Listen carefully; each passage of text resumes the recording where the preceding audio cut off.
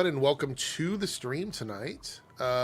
In the house, wearing a fabulous headpiece. It's a flamingo. We have Darren hanging out tonight.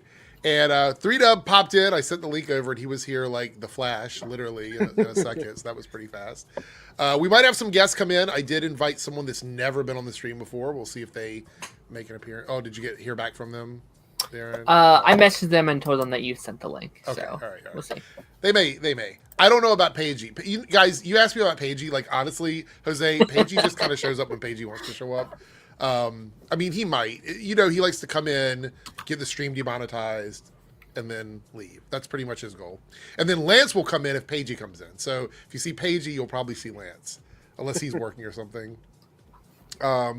Anyway, welcome to the stream. We have a bunch of, like, I don't think we have any really quote-unquote big topics tonight. We have a bunch of, like, small topics.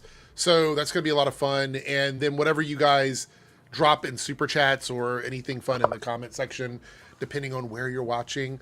But before we get started, I just want to put it out there that Thursday I will probably not be live because I am doing family stuff and it's like hours away from where I am. So there's a possibility I could be, you guys, I'd rather be streaming than driving down the road on the interstate for like 2.5 hours. But we'll see. Or this could be the fun part. I could literally stream from my phone, like mobile, or the next is I could use my laptop and do a StreamYard stream from the car using my phone as the connection and do the Nocturnal Nerdcast in the back of my vehicle. You must be a talented driver. So I would not be driving, but so that's I don't know. We'll figure something out. But as of right now, don't plan on the stream on Thursday. It's probably not going to happen. But I will be doing that bonus stream that you guys got. It was a tip goal that you guys hit. Bonus stream, and we're going to do it on Sunday. And the great thing is it'll be a bonus stream about Thunderbolts. So I'm super excited about that because I actually tried to get tickets for Thursday before I was leaving to go out of town. And they are sold out all afternoon. And this was like a 2:00 showing. So it's a pretty good sign. So to put in perspective, Brave New World was not sold out when I went to get tickets, but Thunderbolts is. So it's pretty good. Any guesstimates on how well it's going to do? Do you guys think it's going to have a really big opening weekend or no? I think. Oh, go ahead, Darren. Go ahead, 3Dubs. It's fine. I think it's going to like reach 700 million. I don't know about billion, but I think it's going Opening weekend? Yeah. No, like Oh, okay. That'd be crazy. Yeah. I want to see, while we're talking about it, I want to see what it's tracking for. I thought we were talking about success, not opening. Okay. I don't know because, like, I'll be honest, I have been a little pessimistic about just like box office numbers for that movie because I know that's just a lot of like ongoing storylines for the casual audience. Like, there's a lot of these things, a lot of characters that people don't recognize, don't know. You know, after Brave New World, I was a little concerned and stuff like that. But again, like I keep saying again and again, if those reviews are good, if people come out, and it seems like they are, there's a lot of like positivity surrounding this movie. I think it's going to be another one of those narratives of like Marvel is back, you have to go see this movie kind of thing. And if that can continue, if people can continue to talk about it, very similarly to what Guardians 3 did, where a lot of people weren't going opening weekend, but everyone's like, oh wait, it's a good one? Okay, I'm going to go see that. That's fair.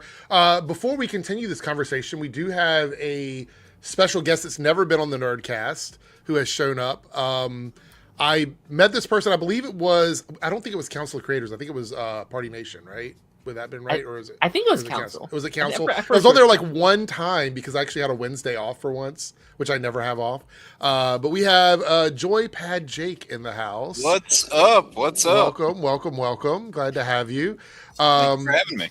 Yeah, I haven't been able to make it. I work every single Wednesday, and me and Chainsaw exchange messages. He's always like, we have to get you back on the stream. And I'm like, I'd love to do it, but I'm always working. So I think the one time you and I were on together, it was in one of those middle streams before Council had officially like become a thing.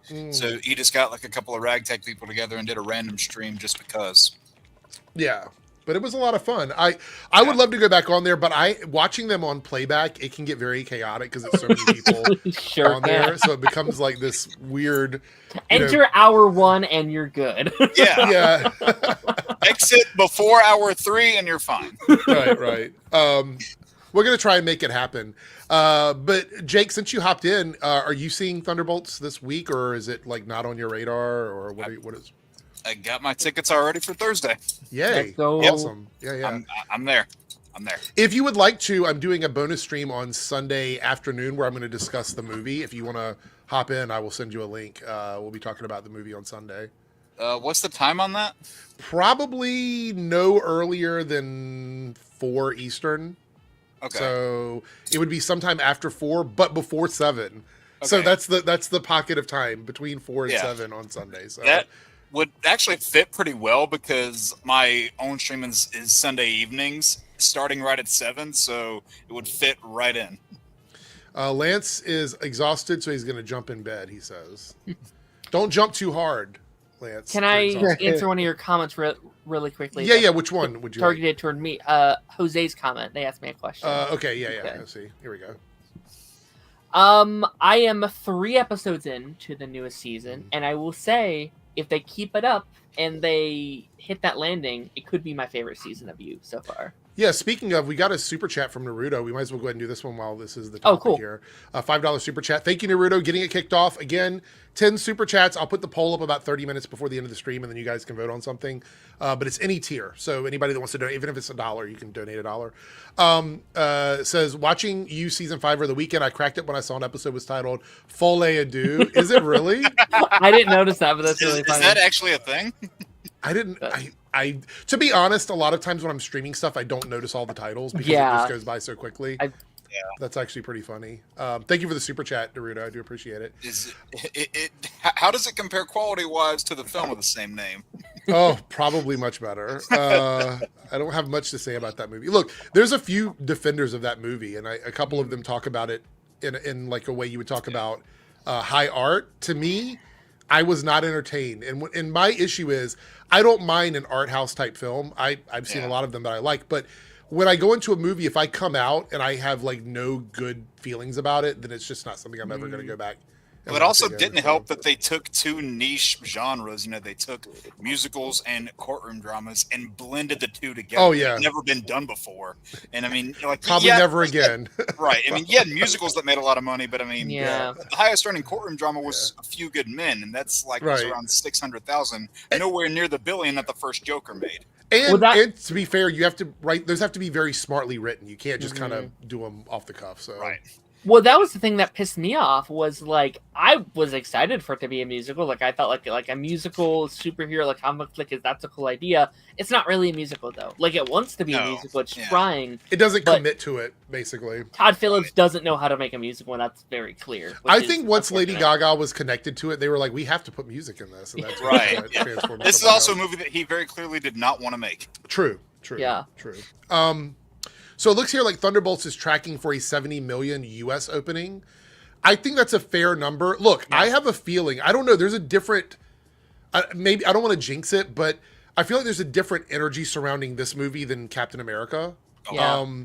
It just feels like there's a lot less negativity around this movie. And look, I understand there's a lot of people who had issues with Captain America for different reasons. I don't want to get into a discussion about Brave New World again, but I understand people have some issues with it.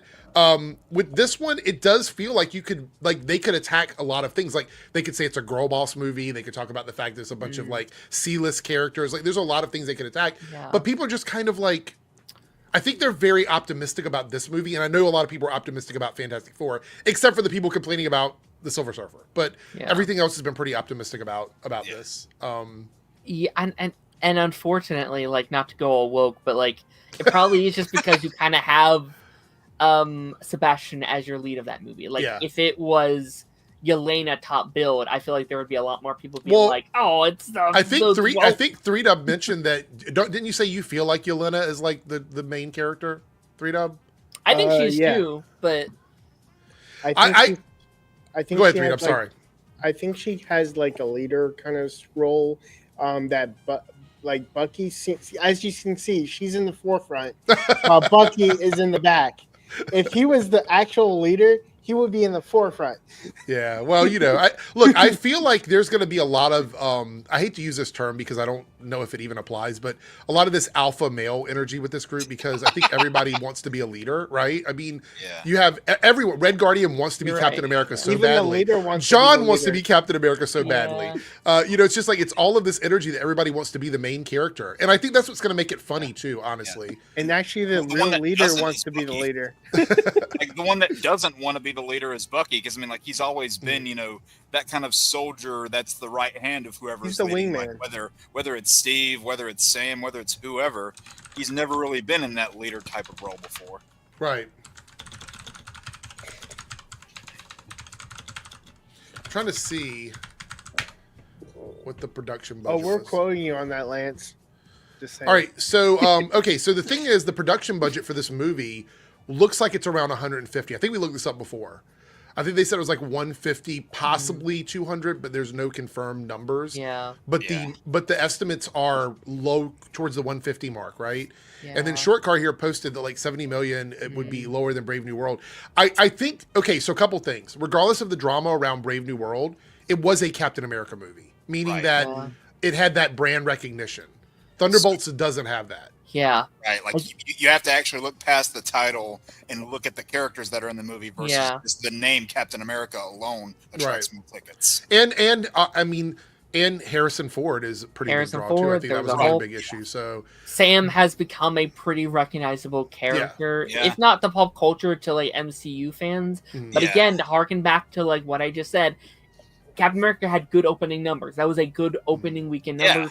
To the point we were all like, oh my gosh, it's going to do well. This is incredible. It was that second weekend drop off. Again, that's the same thing I was just saying. People have to come out of this movie and say, hey, guys, you should go watch this movie. It is good. People are going to be watching this and saying, wait, is this one I want to invest my money in seeing again? And people need to be talking about it. It needs to make this internet wave. We're seeing that with Sinners right now. Opening weekend did okay. It did solid. It did whatever. But now everyone's hearing how good it is. We're going to talk about that next. Matter of fact, I've got the articles ready. I want to talk about the incredible like hold that movie's had over the weekends. But Matsua says here, Sebastian Stan again. Look, I believe that Sebastian Stan is probably the next to Florence and David is probably the biggest draw to this movie, to be honest. 100%. Because I mean, look, he's made so many incredible films outside of Marvel, which is something a lot of Marvel actors don't have great luck in. So that's just it's reality. So I was flashbacking to his role as Trump. So Marvel but actors or directors. Like Florence Pugh's had some success outside of Marvel a little bit. Sure. David Harbour also. So now that I think about it, I think a lot of these actors in this movie have the unique perspective of doing things outside of Marvel that have been somewhat well received. But look, I said from the beginning of the year, actually before the beginning of the year, and a lot of people laughed at me when I said Thunderbolts was my most anticipated movie. And I said that before we got the trailers, before we got it. I just like the idea of what this movie is. Sentry's such a cool character. So I was always all in on that. You know what I mean? And I think Fantastic Four is going to be fun. I'm looking at these movies differently, right? So for me, Thunderbolts is going to be the movie that I'm going into thinking it's going to be a roller coaster ride of a film from beginning to end. And I hope that it is. That's what I'm expecting when I go into it. Fantastic Four feels to me like that whole vibe shift they're trying to do with Marvel, trying to like change up the perspective of Marvel. And they're doing it with classic characters. I like a lot of the good energy coming out of it. I don't give a fuck about the people complaining about Silver Surfer. It's whatever. Like, I mean, if it's a good movie, it's a good movie. I don't think Silver Surfer having boobs or not having boobs is going to matter if the movie's bad. Like, I don't think that's a determining factor. Plus, we've already seen Norrin Rad, so why does it hurt to do something different? Like, if we just got Norrin Rad again, you would have people complaining, hey, do something different. Hey, look, they're doing something different, and you're still going to complain. Well, I heard people complaining about Galactus being in it. I'm like, if Galactus wasn't in it, people would be complaining that Galactus isn't in the movie. You can never please anybody. Yeah, you're never going to please everybody. I think, look, that's why when I go into a movie, and I've said this to Darren, I've said it on stream many times, if I walk out of a movie and I had a good time, I don't care about all the other shit. Like, I just want to have a good time at the movie. I want to feel like that my $15 was well spent. You know what I mean? Like, Yeah. That's the way I look at it. The numbers are getting higher for ticket prices. Yeah. Cody says Jake had a very interesting comment about Sentry. I didn't see that, honestly. I'll have to try and look that up. Oh, I think... I was like, no, sorry.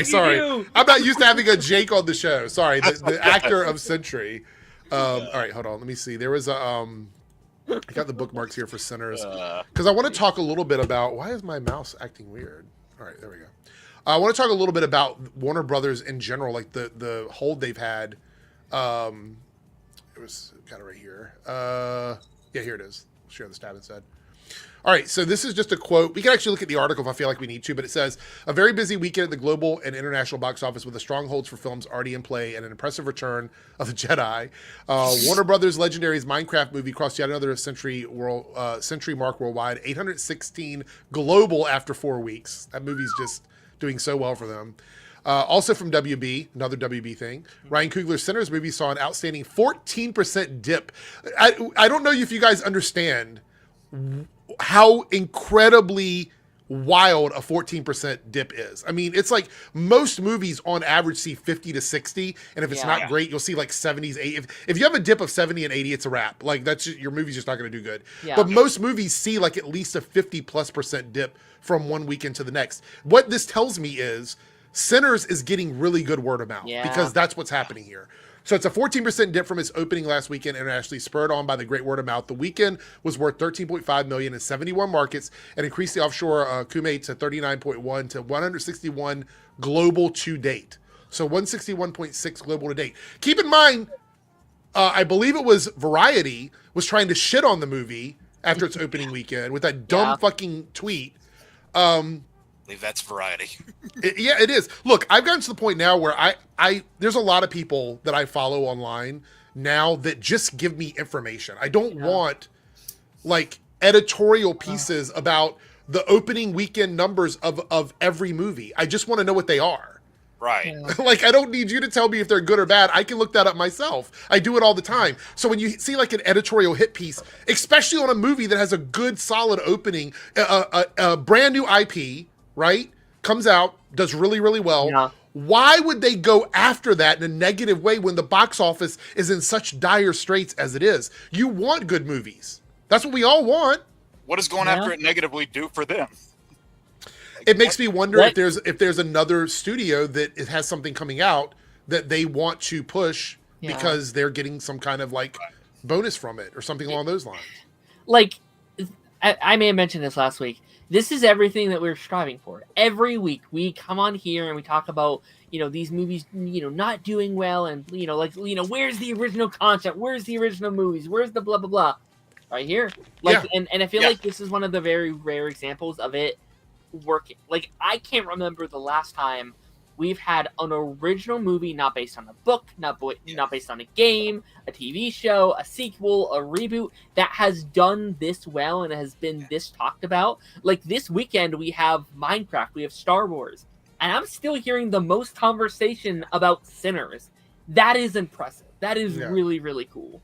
It might be good for the sake of this. Like, if it remains, if this remains like it's one singular outing, at least for it itself, because I feel like we are so far removed from the days of films where like we have like all those great films that a lot of the great films we saw growing up, they were singular films. They weren't part of these whole big massive franchises. They didn't have 5, 6, 7 installments.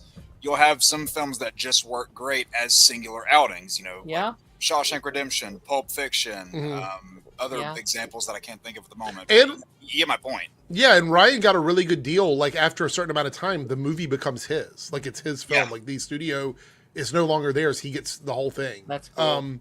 It says here also, I didn't realize this, that The Accountant 2, an Amazon MGM studio titles that Warner Brothers handles overseas, launched in 71 international markets this weekend to an estimated $13.7 million, including domestic world debut of $38.2. The movie cost $44 to make.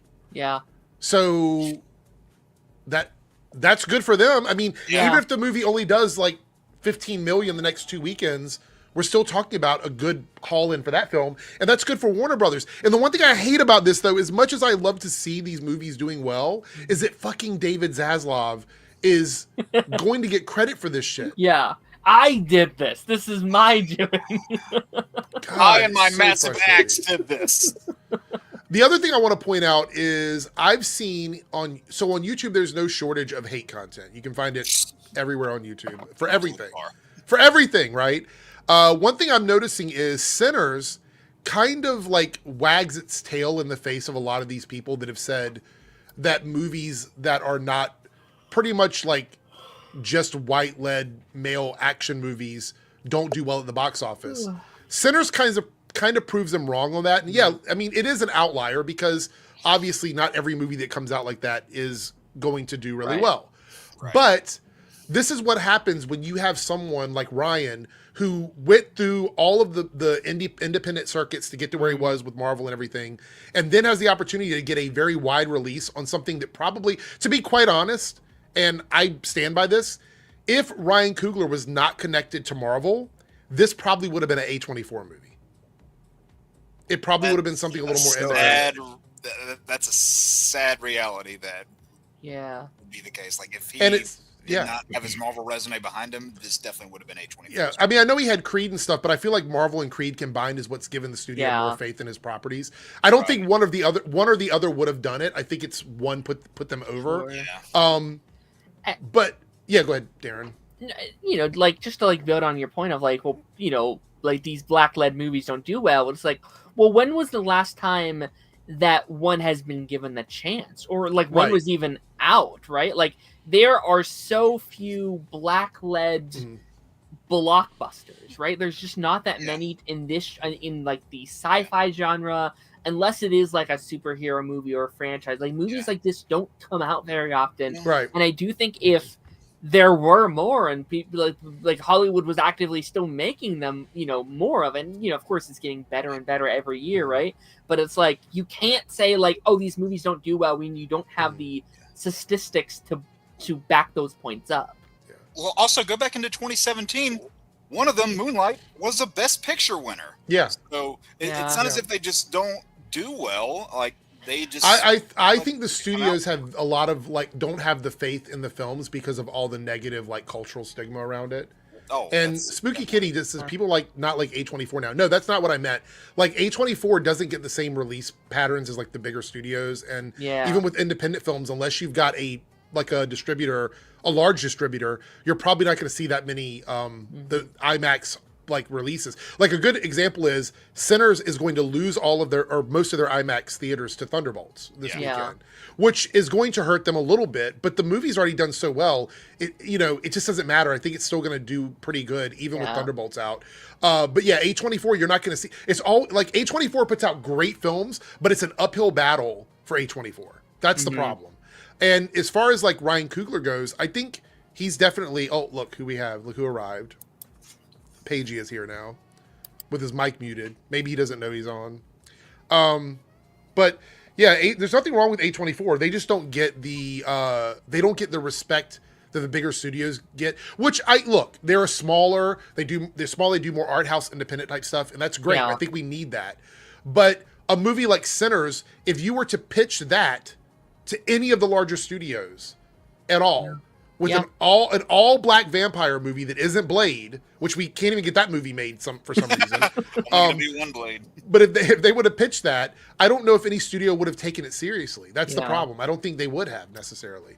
And Cody here, go ahead. Oh no, like and like hopefully like they learn the right lesson from a movie like this, where it's like, oh, a popular director letting them create their vision and making the movie they want, it does well. Like good movies do well if given in the right hands. And I hope like that is what they take from a success like this, and not like Sinners 2 through 10.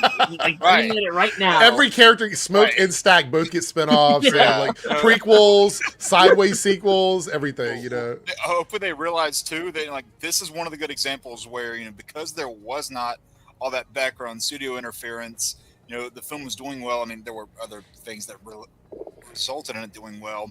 But that's been a common denominator of a lot of films' failures over the last who knows how many years. And that's the first thing you hear whenever a film doesn't do well. One of the first things you hear is, "Oh, there was a lot of studio involvement." It's like, well, if we can stop that, then you eliminate like 40% of the issues. Well, I mean, like, look at like the 3 big like comic book movies upcoming. Not to make everything about like comic books, but you have Thunderbolts, Superman, Fantastic Four.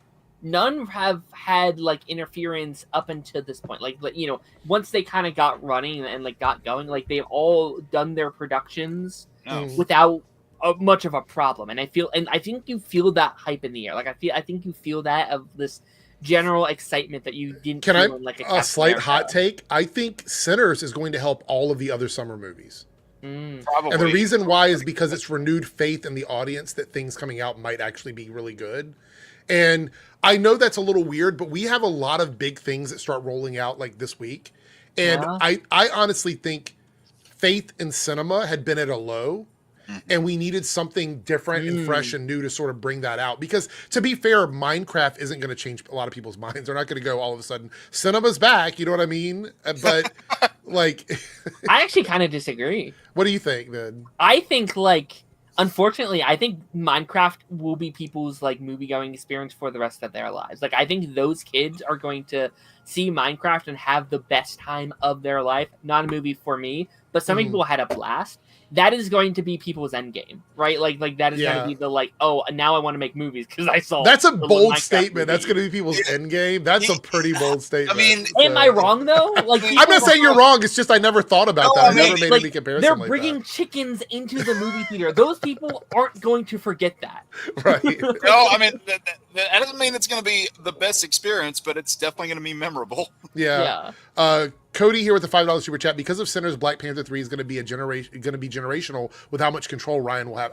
Yes, I feel like at this point, because it will be, I don't know if it's going to be the end cap on the Black Panther storyline. I think we'll probably see it continue. Will we get a 4th Black Panther? I don't know. Will we get a continuation? Be a rebrand after Secret Wars. Exactly. That's what I think. So, but I think that this movie, if the studio is smart, because of just the immense amount of respect that Ryan Coogler has earned over all of the films that he's done, it would make so much sense for them to just say, what story do you want to tell and how do you want this to go? Now, of course, Kevin Feige is going to have some control over characters, but I think we should let Ryan Coogler really cook as much as he can with Black Panther 3.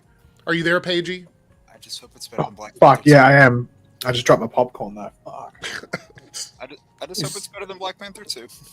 I'm sure it will be. I think Black Panther 2 was a bridge movie, and I think like Black 2 more Panther than 2 is. 1.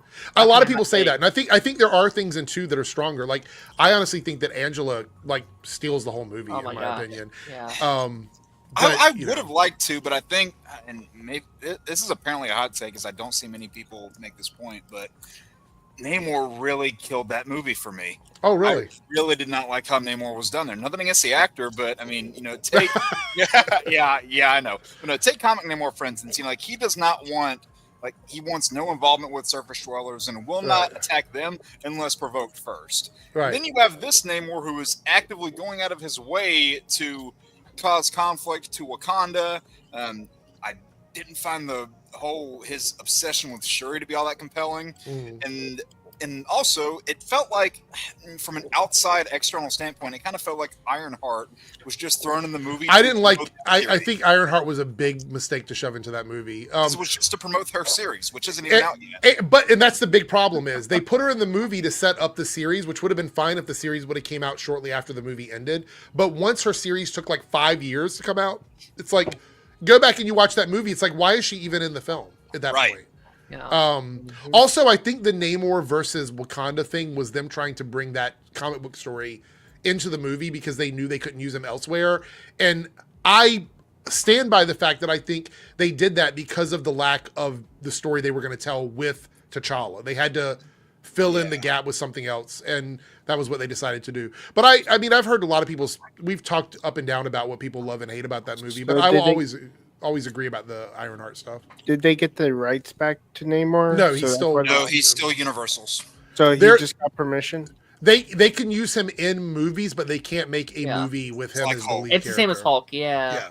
Same. So we're gonna see him in every group movie that we possibly can moving forward. Yeah. But I mean, Yeah. he's in at least Doomsday. You don't know. He's if got he's in the Avengers. next one. Yeah. yeah, we had another super chat here from Cameron, $5 super chat. Thank you, Cameron. 3 out of 10. You guys are already killing it. 7 more. I need Ryan Coogler to go to the DCU. Do we though? And if we did, what? Okay, so here's a hot take, and everybody can chime in. If Ryan Coogler was given the golden key to the DCU, even if it's not been announced, like say for example, it's never even been talked about, what character or story or whatever would you like to see Ryan Coogler handle in the DCU? I actually have nothing. Hot take or a question? Whatever, whichever one. If you have a hot take, or if you want to like just drop what you really feel, like it's up to you. Do you have anything, Darren? You looked like you had something. Martian Manhunter. Oh, I think he'd do really good at that. There's an obvious one. what is that? Well, you actually there's probably two. First one's Static. Yeah, I can see that. Second one's Black Lightning. Well, the thing about Static is they've tried so hard to get that off the ground, and it just keeps falling through the fucking cracks. Remember Like- back when Jaden Smith was going to play him? Yeah, I mean, like, look, that's one of those things where it's been long enough that you could just adapt the cartoon literally into like a show or a movie. It's like I think I got a perfect one. An adult version of Black Panther. In the DCU? Oh, and sorry. No. I was thinking MCU. Never mind. My hopes just squashed. I got kind of a unique one. So whether it's on these characters of this world, I don't know, but he could do maybe like a Hawkman, Hawkgirl, Thanagar story. Like because of all the world building that you've seen him do with Wakanda, it would be that same sort of approach to it. I don't know what I'd want to That's see. one off the top of my head. No, that's a good one. I would love for him to take on, you know what, something that we almost got that we didn't get, which I think would be kind of interesting, would be a New Gods movie. Yeah. Because of what he did with Wakanda and how authentic that movie felt. I'd love to see him tackle New Gods. Yeah, because if you get characters in like Big Barda and Orion in there, Big Barda all day. That's what I want. Just a good Big Barda. And I wonder how they like portray her, because she's been portrayed so differently throughout the years. Like you've got the ones that are the more like muscular, large framed characters, and then you've got the ones that are more like Supergirl, basically Superwoman kind of vibe. yeah, that are more like human scaled. Yeah. All right. So Naruto here with the $5 super chat, and this is for Darren. Darren, I saw a clip last week of Draven channeling his inner Pagey dropping the H-bomb on Damn cancel. it. God He damn did? it. Yes, What's that an H? happened. What's an H-bomb? Oh my god! Oh Like, no! Well, we're not doing this. We're not doing this again. It only takes you 5 seconds to realize A what historical that is. figure, Pagey. Yes. Oh, I thought it was like homo or something. No, it's all No, good. like Okay. why would that be a H-bomb? No. Well, I don't know. You never know. Oh my god! Yeah. What I just like it's the derailing has begun already. Thank you, Naruto. I appreciate it. Anyway, we're 4 out of 10 already. 6 more. Holy shit, you guys are killing it tonight. All right, so I'm gonna pull this up on the screen. It's not sus at all, but this is I knew look, as soon as I said it, I knew what you're gonna say. So this is what I believe to be 99.9% fake Superman spoilers, right? I think this is almost 100% fake. But people on the internet are going crazy over this, and I'm pretty sure everyone has seen it already. But it's just so ridiculous that there's no way that this can be a real thing. Like, there's no way. So if you guys don't want, look, again, I think it's probably fake. It sounds so ridiculous. But I'm going to pull it up. If you guys don't want it, I get it. But I think it's worth talking about because I want to sort of debunk how ridiculous it is. So here's to me hoping that this is not real. I'm actually Superman. Hate to break it to you. So this comes from Snyder Queen. So you already know. You Oh, already dear. know. Jesus. And apparently this came from My Time to Shine, is what they're saying. So this is a hot take spoiler that says, so apparently the chronically online director and CEO of DC Studios has dedicated a portion of the movie to showcase mutant monkeys that spam hashtag super shit online to get under Superman's skin, possibly a reference to the negative online discourse against him. Yeah, the movie's cooked. So by the way, I want to point out this is like the ultimate victimization, right? Like they're making up a scenario about James Gunn like personally attacking them for negatively talking about Superman. This gives me flashback to the days where Grace Randolph was making up all the stuff about the Spider-Man movies and then just like comic films in general. And then you had people like Gunn was one of them. And then I can't remember the other one's name, but a female director like called her out saying, "Hey, you don't actually have scoops of material. This is fake." It was the Birds of Prey director? Yeah. I just immediately got flashbacks of that whole ordeal. So this is what it says. In the movie, Superman is frustrated by social media backlash, which, by the way, I already don't believe that this Superman is chronically on his phone checking social media, but whatever. With the hashtag super shit, because that doesn't sound at all like basically what we've seen in the movie. I just can't imagine that this would be the hashtag they would use. Like, I feel like if they're going to do it, it would be something a little bit less vulgar, I guess. Being mentioned several times and really getting under his skin. Meanwhile, in Lex's interdimensional world, hundreds of mutant monkeys are shown typing furiously at keyboards, flooding social media with hate against Superman. I mean... Wow.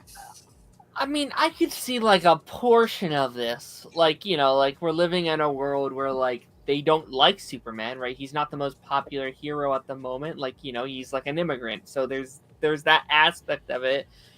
But the whole thing with monkeys, I'm like, this feels like way out of lane. You know what I mean? Like, I wonder if this is one of those things where maybe they got like a portion right, or like maybe they saw a thing and then they let their imagination go wild. I believe that there's probably some negative media about Superman in the movie because of some of the things that happened. Yeah. But do I believe that it's like hashtag super shit and that it's mutant monkeys? That I don't believe. I'm sorry, I don't believe it. Yeah. I mean, the thing about it is that they've made it very clear they want this movie to be sort of a family film. This, to me, takes it out of family territory and makes it a little bit more like PG-13 type stuff. Yeah. Like, actually beyond PG-13. I don't know. Paige, 3Dub, any thoughts on this? Do you think this is possibly real or no? Well, once they said it's from My Time to Shine, that just basically cements it. That's not, it's fakest. It's fake as real. Paige, your thoughts? Hashtag super shit. Is it happening? It also depends on the context as well. Like, it could be literally a 10-second thing in the movie where like he sees Dan sees super shit, and then we like see who's the one actually making that trend, and it's like 10-15 seconds. Like sometimes some people go, "Oh, this is a 5-minute portion of the movie where they dive into that hashtag and or something," but it could be like 10-15 seconds. Do you think that that it ruins the movie though? Like, to have this in there, would you think people are going to say it ruins? Well, no, but I also don't know what the tone of the movie is. Like the tone's all over the place in regards to what they're advertising in the trailers, and then also how like the merchandise is, and then the stuff you see on like real world social media and stuff. Like, I have no idea what the tone of this movie is going to be. That's why I need another trailer, because hopefully that hammers down what the tone's going to be. Because Serenity said, "Isn't My Time to Shine usually right?" I mean, they're like any scooper. Like, sometimes they nail it. Sure. Yeah. Sometimes they get a good guess, but they're not like legit. They've got some things right, but again, like any scooper will, you know. But I think the reason why scoopers get stuff right sometimes is because there's some crossover, right? So like a scooper will see someone post like a scoop, and then they'll copy that scoop, and they're the larger scooper, so the people don't see the smaller one. So then they take credit for some of the bigger scoops. There's only a few people that I think actually get legitimate scoops like directly. And I know people don't like her, but Grace Randolph, I think, does actually have connections to people in Hollywood. I think John Campea obviously has connections in Hollywood. Yeah. But I don't know if My Time to Shine actually has connections to Hollywood. I don't know. What is the other one, like? Tastes Like Toast or something? I don't remember what it is. So Jeremy Johns is another one. She may have like scoops, but her opinions suck. You're gonna get the Grace Randolph fans coming after you, 3 All 510 of them. Right. Cameron Walker with a $5 super chat. Thank you, Cameron. We are halfway to the goal already. Ryan Coogler for a cyborg movie for the DCU. I have a very, very good feeling, or bad feeling, depending on how you look at this, that they're going to be waiting to do anything with Cyborg for a long time, probably with some Teen Titans stuff. Yeah. I don't think we're going to see Cyborg back with the Justice League or anything like that anytime soon. Look, I don't care for Ray Fisher, but I think Ray Fisher was one of the best parts of that Justice League 4-hour movie. I think his story was one of the best stories. I don't know if the DCU wants to tackle that right away. You know what I mean? Like, so soon. I think they have waited, right? Like, Justice League came out 2017. By the time they would greenlight any movie for it, it would be 10 plus years, right? So there's already a gap in between content, right? And, you know, we have their... Oh, go ahead. Oh, I was just going to say there's less controversy with that than, you know, something like the whole Flash situation where you could, you know, wait. Don't get me started on Flash. That's like, I'm so sad about that. Well, like that one, I mean, they've already, I don't even know if it's officially confirmed yet, but there have been talks that a Teen Titans movie is being worked on. Right. It is. You know, like, we don't know if Cyborg is in that roster or not. It's all very possible. I think there's a possibility Cyborg will be in a group film, but I don't know if we have a separate like. Same I thing. think, yeah. You know, I think so. Side, I think that's how he would work. We've talked about this previously, Eric, but like we've talked about, like, I think that Teen Titans movie will be the exact same one in the animated show because they're gonna want to They're gonna want to almost do like a live action reboot of that series and try to harper on the nostalgic of that, like 2003. Even Teen Titans Go, to an extent, like they're going on what came to be like. I mean, to be fair, even though some people didn't like Teen Titans Go, both of those shows were highly successful. Oh yeah, and isn't Teen Titans Go still going? Yeah.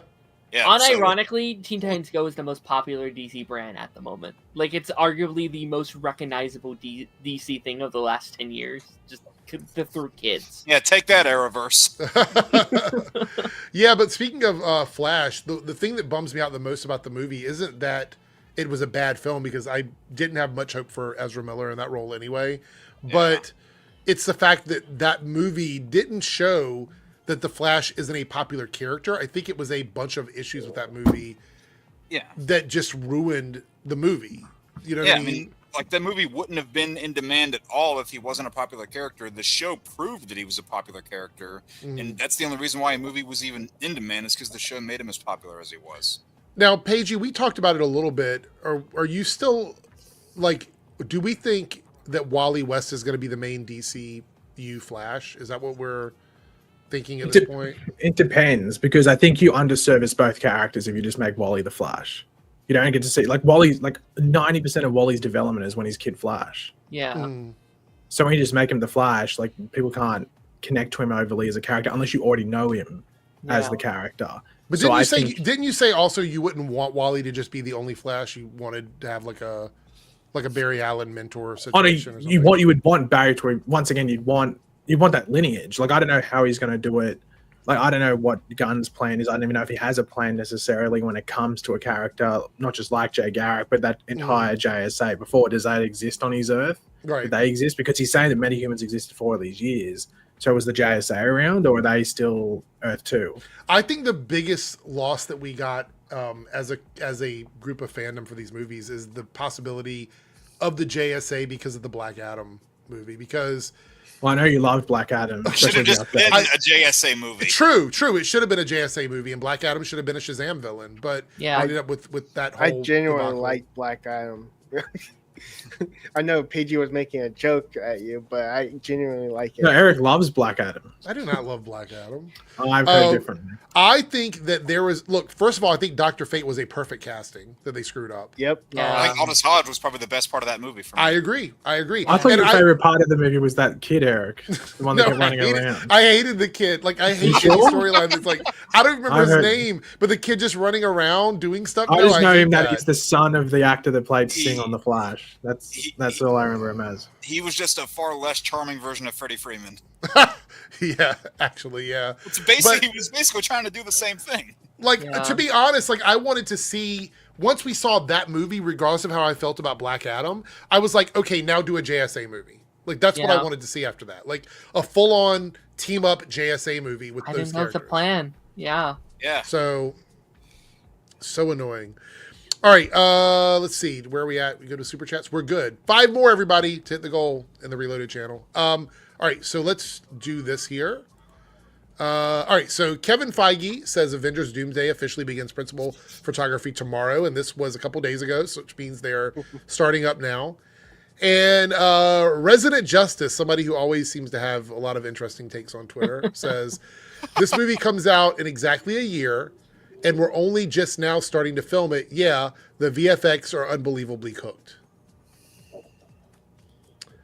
I don't think people think very much about, like, look, basically the Fantastic Four had the same window of filming. Yeah. And theirs looks really good from what we saw. True. With the exception of, I think Silver Surfer looked a little unfinished in the trailer, but that was because that trailer was probably made before they've done the final pass on VFX. But I have faith in this. Look, I think they've learned their lesson. As long as they are paying their artists a good wage and they're not working with a team of, like, on a shoestring budget of artists, I think they can get it done. Mm-hmm. And a lot of them are their practical. Production schedules are actually tightly knit too, so it's not like they're filming for months and months on end before the film comes out. Filming is done in maybe 2 months, give or take. That still gives them plenty of time to polish up the VFX for the movie. And a lot of the suits are practical. Like, some are CGI, but a lot of them are, like, handmade. Well, just to speak to this, though, I think I saw, it might have been you, Darren, that said that you might think this movie gets, like, pushed around a little bit. I would not be completely shocked if it got pushed back a couple months. So where would you put it? Like in the winter time? Don't know, because part of me would love a Christmas Avengers movie. like there's a part of me that thinks it would do well in December if it wasn't already so packed in next December. I was even thinking, like, what if you did, like, Thanksgiving? Like a Thanksgiving Avengers movie. I just hope if they push it, they push everything else, because have to, though, because this would like be bad if it somehow gets pushed behind Secret Wars. It can't get pushed behind Secret Wars. Secret Wars wouldn't even start filming until after this movie had been in post production. I don't even think the writing for that's done yet. Yeah, so the issue is if they move this, though, they have to move all of the in-between movies as well. Yeah. So say, for example, they do move this into a different, like, slot. What do they put in place of this? Another Marvel movie or a Disney movie? Well, that's the thing.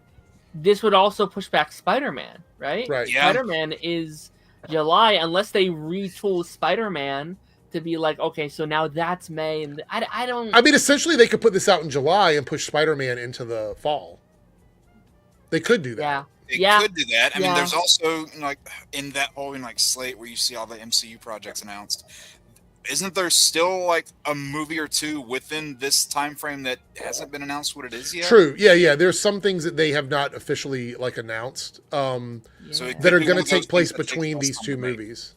Yeah.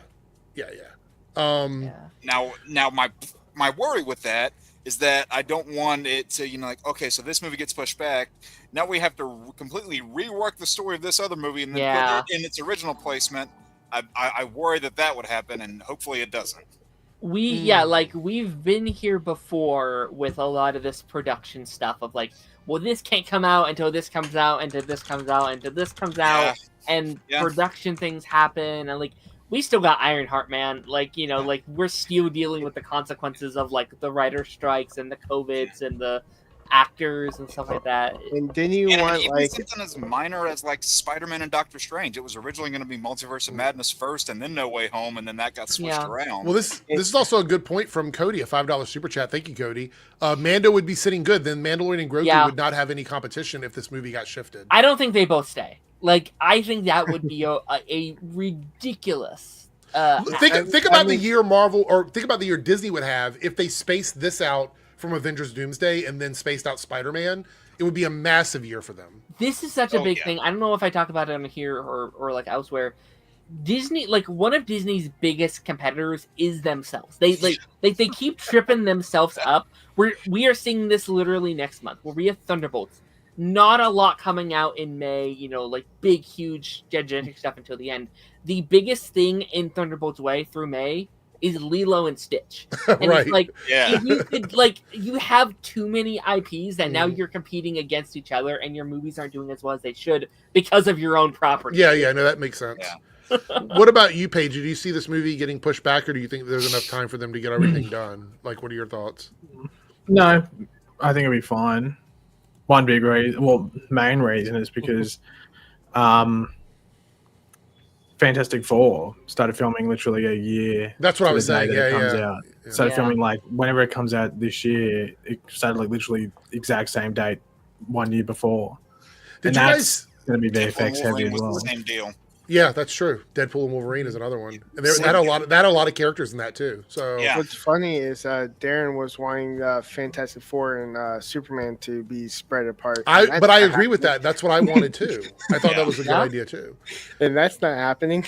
No, but I mean, like, I thought Darren wanted Smurfs and Fantastic Four separated.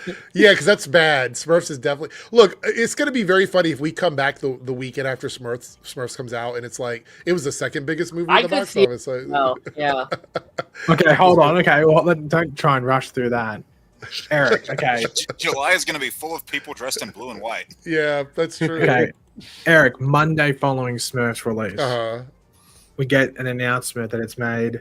Okay, what's your over-under? What's your over-under for the domestic box office? I mean, without looking at the projected estimates, is that what you want me to just guess? Yes. I'll tell you. Hold on. I'll tell you how much. Wait, hold on. Is that the only lead-in release that weekend, or is it releasing exactly the same time as something else? That's for you to know now and not to research. You need to go off your prior information. But hold on. How can I determine an over/under if I don't know what else is out on that weekend? What is the release date for it? Smurfs. Is it the weekend before or after July 18th? Superman? It's a week before. It's after Superman. Okay, but before It's the Fantastic Four. It's the week after Superman, the week before Fantastic Four. So it's on a weekend where it's the only wide release in between two big movies, right? Is that what we're talking about? I would say optimistically here we go. for me would. Yeah, what are you saying? Here we go for. Okay, Smurfs 2. Okay. Smurfs 2. Wait a minute. Why do you get to the research, but I don't? What's like? No, what is because this? I'm giving the over. I'm giving the over under. So Smurfs Okay. 2 opened to 18 million. Just put on 18 because there's Okay. two different numbers here, but they both average off to 18. All right. 18 million domestic opening weekend. Mhm. What does Are you Smurfs asking me 2020 domestic or like full numbers? domestic? Just North America opening weekend. Does it go over 18 million or under 18 Well, million? this one, like, I know that this might not be a big deal, but I want to believe it is because she hasn't really done any music in a while. Having Rihanna in it is kind of a benefit for the movie. Well, is it a benefit if she sings that exact same one? I don't want to say, fucking "Ooh, song baby, the you know entire it's worth." I don't want to hear that again. Don't want to hear that again.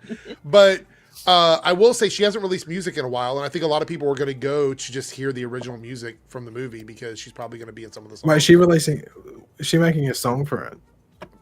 Why? I can't imagine a world where Rihanna is in your movie and she doesn't do a song for the soundtrack. Did she do it for Battleship? Yes. Did she? Yes, there's a song on the soundtrack for Battleship. What's the song? It was on the soundtrack. I don't know what it was, but You sunk my Battleship. when that came out,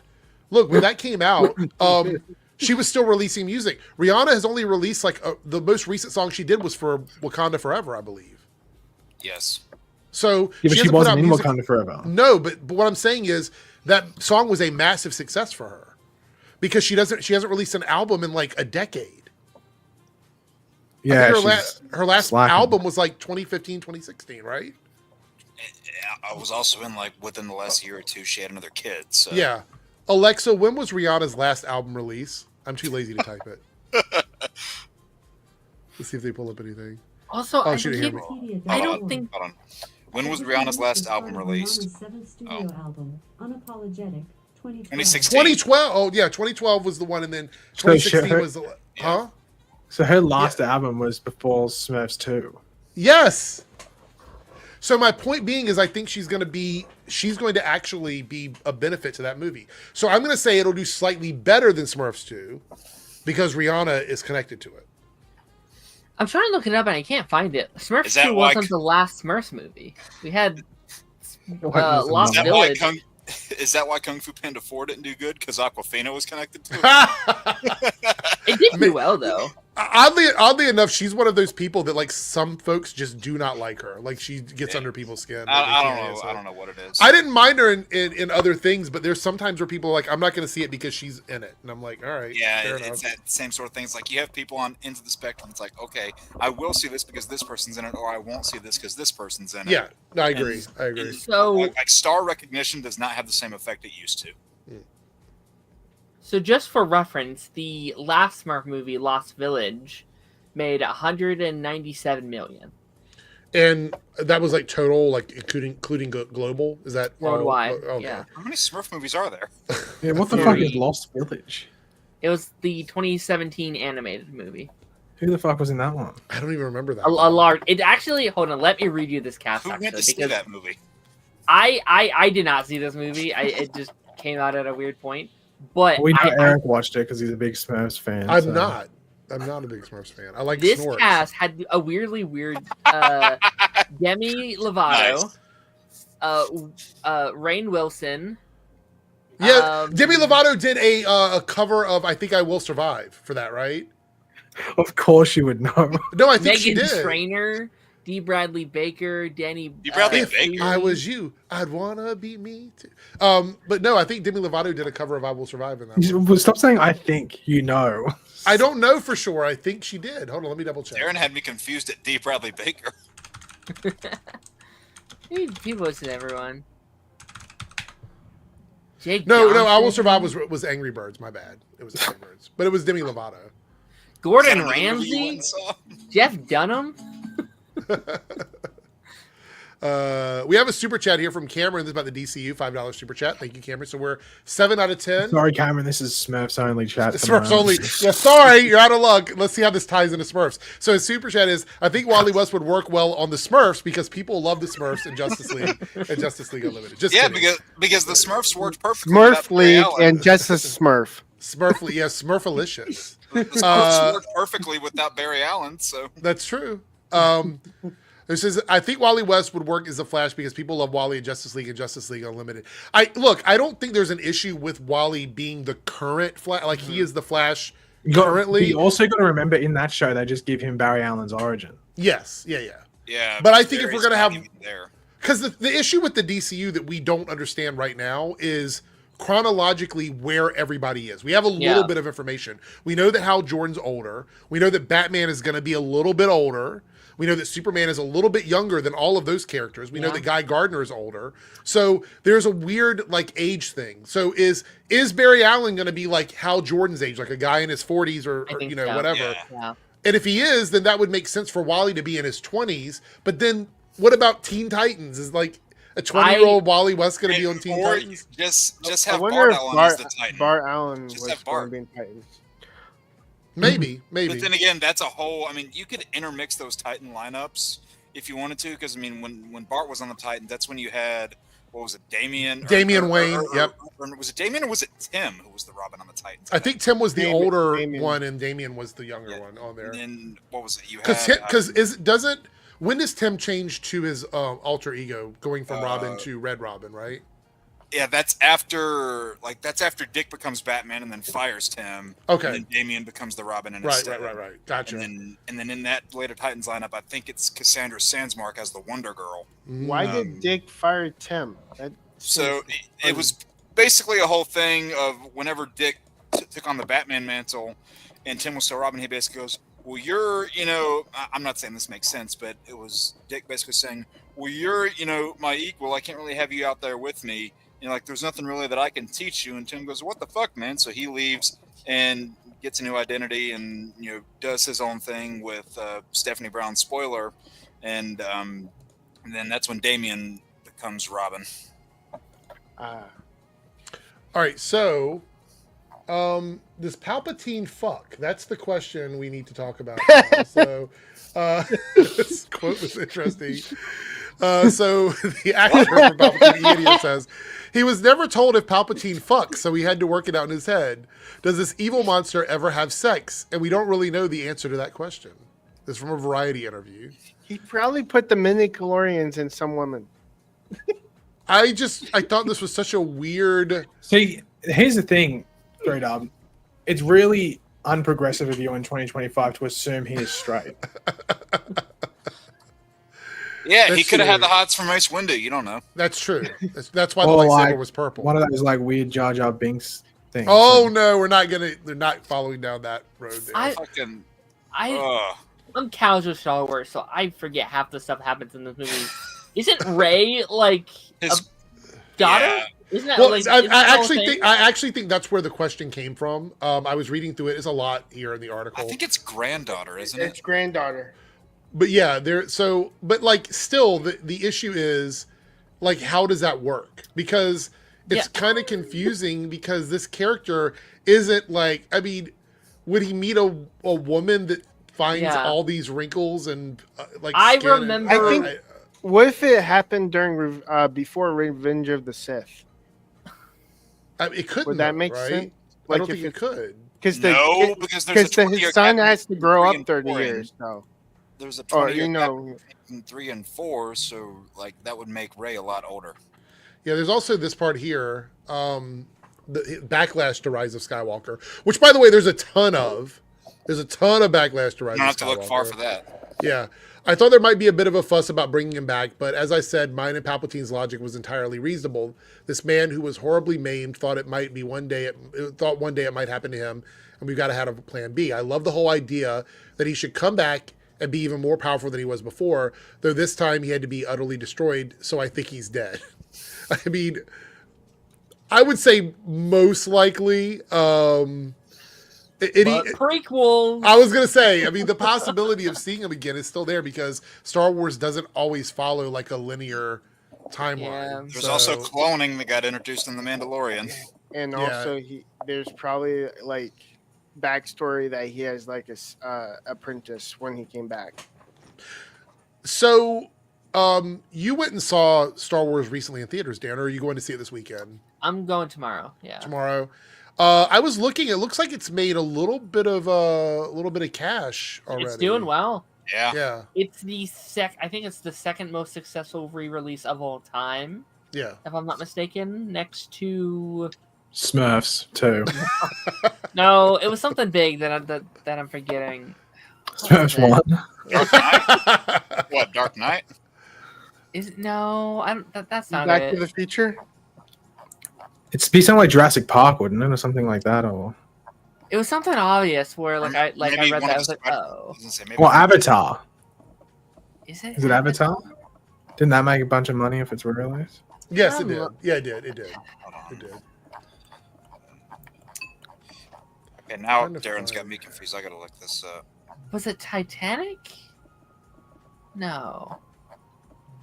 Okay, let's see. Like, what's up? Titanic was in It- theaters it- for like it- 2 years. It was Interstellar. Really? Oh yeah. Yeah, it was Interstellar. I feel like It that's was- not what I saw, but maybe.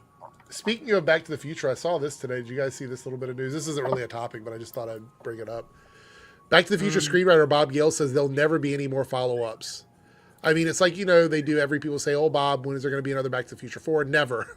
When is there going to be a prequel? Never. When is there going to be a spinoff? Never. It's just fine the way it is. It's not perfect, but as Bob Zemeckis used to say, it's perfect enough. I'd be totally okay with those three movies just existing where What's they are. and funny never is being used they again. made the same movie 3 different times. Yes, that's true. That is true. But I think honestly, I this movie, if it always stays contained to these three films, Yeah. people will always go. It's honestly like a little pocket of different time periods because you got It's the a- 80s, yeah. and you got like 2015. 2015, and then you have the Wild West. So it's like these three different little pockets, but it's seen through the lens of somebody who lives in the 80s, which I Yeah. think is really interesting. Which So- one's the best one, Eric, in your opinion? 3 is not. I hate 3. To be Yeah, honest. I don't Three is hate bad. 3. 3's just substantially not as good as the other Yeah. ones. I still think it's okay, but it's just nowhere near It's as good down as to the 1 other and 2. So here's the thing. I think 2 is really, really, really good, but 2 could not be as good as it is without 1. So Yeah. I'm gonna have to say the very first one is probably because the first one's also a contained story. If you watch that movie from beginning to end without the little teaser, it's really the story wraps itself up for me. Yeah. So I don't know. Oh, Cody says the Telltale game is 4. Really? Maybe. The first Back to the Future. I agree. They made a musical? Yeah.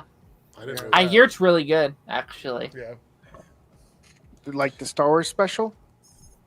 No, it's like an on-play production. It's like on Broadway and stuff like that. Oh, Jesus. Naruto here with a $5 super chat. Did Palpatine ever use the toilet? We never saw that. Yeah, no, it's every question. Did Palpatine eat fast food? What was his favorite movie to watch? It's Like, we never saw any hilarious of those that things. we actually got the information about how do the criminals in the pipeline go to the bathroom. And On Arrowverse. It pops out of the side of the wall. Yeah. Yep, we finally got that answer. You Every know what? cell had a toilet. Yeah. The other thing was, it's so funny thinking back in the Arrowverses, we were all just collectively okay with them like storing metahumans indefinitely in this cell under the reactor. Yeah. Like it was just, what are we doing here? There were no After a while, repercussions they at were all. like, "Oh, we're just taking them to the prison that we were holding in Lianu." Yeah, and Just then send them there. the further and further you got in the show, regardless of whatever they did down there, they just like to forget, oh, we have 10, 20, God knows how many metahumans stored under here that we just kind of forgot about. Well, here's the other thing that we forgot as we're watching the show. Every time a big bad attacks that building, they have the possibility of killing those random metahumans. And anytime the building loses power or something like that, they're stuck in those cages in the bottom of that building. It's not foolproof either, which I remember back when season 4 aired, I had the biggest problem with Barry being able to break out of the prison with his powers. I was like, I thought you couldn't do that. Right. How does that work? I was like, whatever. Okay, so quickly here, we got a couple more topics here, so we'll take some questions here. Thoughts on Andor season 2? I'm enjoying it, but I understand there's some of the criticism makes sense to me, but some of it doesn't. Like the Star Wars theory stuff is so dumb. Shut the fuck up. That whole thing is trying really hard to find things you don't like. There are some things that I understand, like the Mon Mothma dance thing or whatever. People don't like that. I get it. I still think production value wise, it is the best produced Star Wars show on Disney Plus in terms of practical sets, cinematography, sound design, stuff like that. I think it's all really good. But it's also a slow burn. It's not an action heavy series, and that's why 3Dub hates it, because it doesn't have Jedis in it. It doesn't have Yoda. It doesn't have Skywalkers. No excitement. It's a slow burn, like you just said. I don't know. Are you guys watching Andor season 2? If you are, what do you think of it right now? Getting caught up with season 1. I'm Okay. trying to get caught up with it. That's a fair one. I think I'm one of the people that really, really likes that show overall, and I think I liked it because it's a departure from, what we've seen in the past, because I think I brought this up on Party Nation, but you have all these different planets that they go to in the various Star Wars movies. You never really spend any time on them. You never really learn anything about them. They're It's just look, there's buildings off in the distance that we're never going to learn anything about. Yeah, they're just action set pieces for the action to happen on. But there's actually lore and a history and world building, and you see how all the big spectacle action in the movies affects these people very low down here in the totem pole, and I think that's which is why I really enjoyed Skeleton Crew, because we got to see something we never seen before in Star Wars. So because we get to see just all the things from those perspectives, I think that's why Andor kind of stuck with me. I love Skeleton Crew for the same reason. So it says I'm excited to see more of it with screws and bricks. Yeah, Star Wars theory cooked with that one. We shouldn't see screws and bricks in Star Wars. I just man, everything that idiot says. I really hate when we know the end game. It's just it doesn't attract me. Basically, you don't like prequels? No, I honestly, if you watch 1 through 3, you don't know what 4, 5, and 6 is. So wait, hold on. What are we talking about? The movies or the show of Andor? The movies, but basically, I knew since I watched Rogue One, I knew where these characters were ending, and I don't like it. You knew where the characters in Rogue One were going to end up too. That's what I'm saying. I won't watch Andor because I know where they're ending.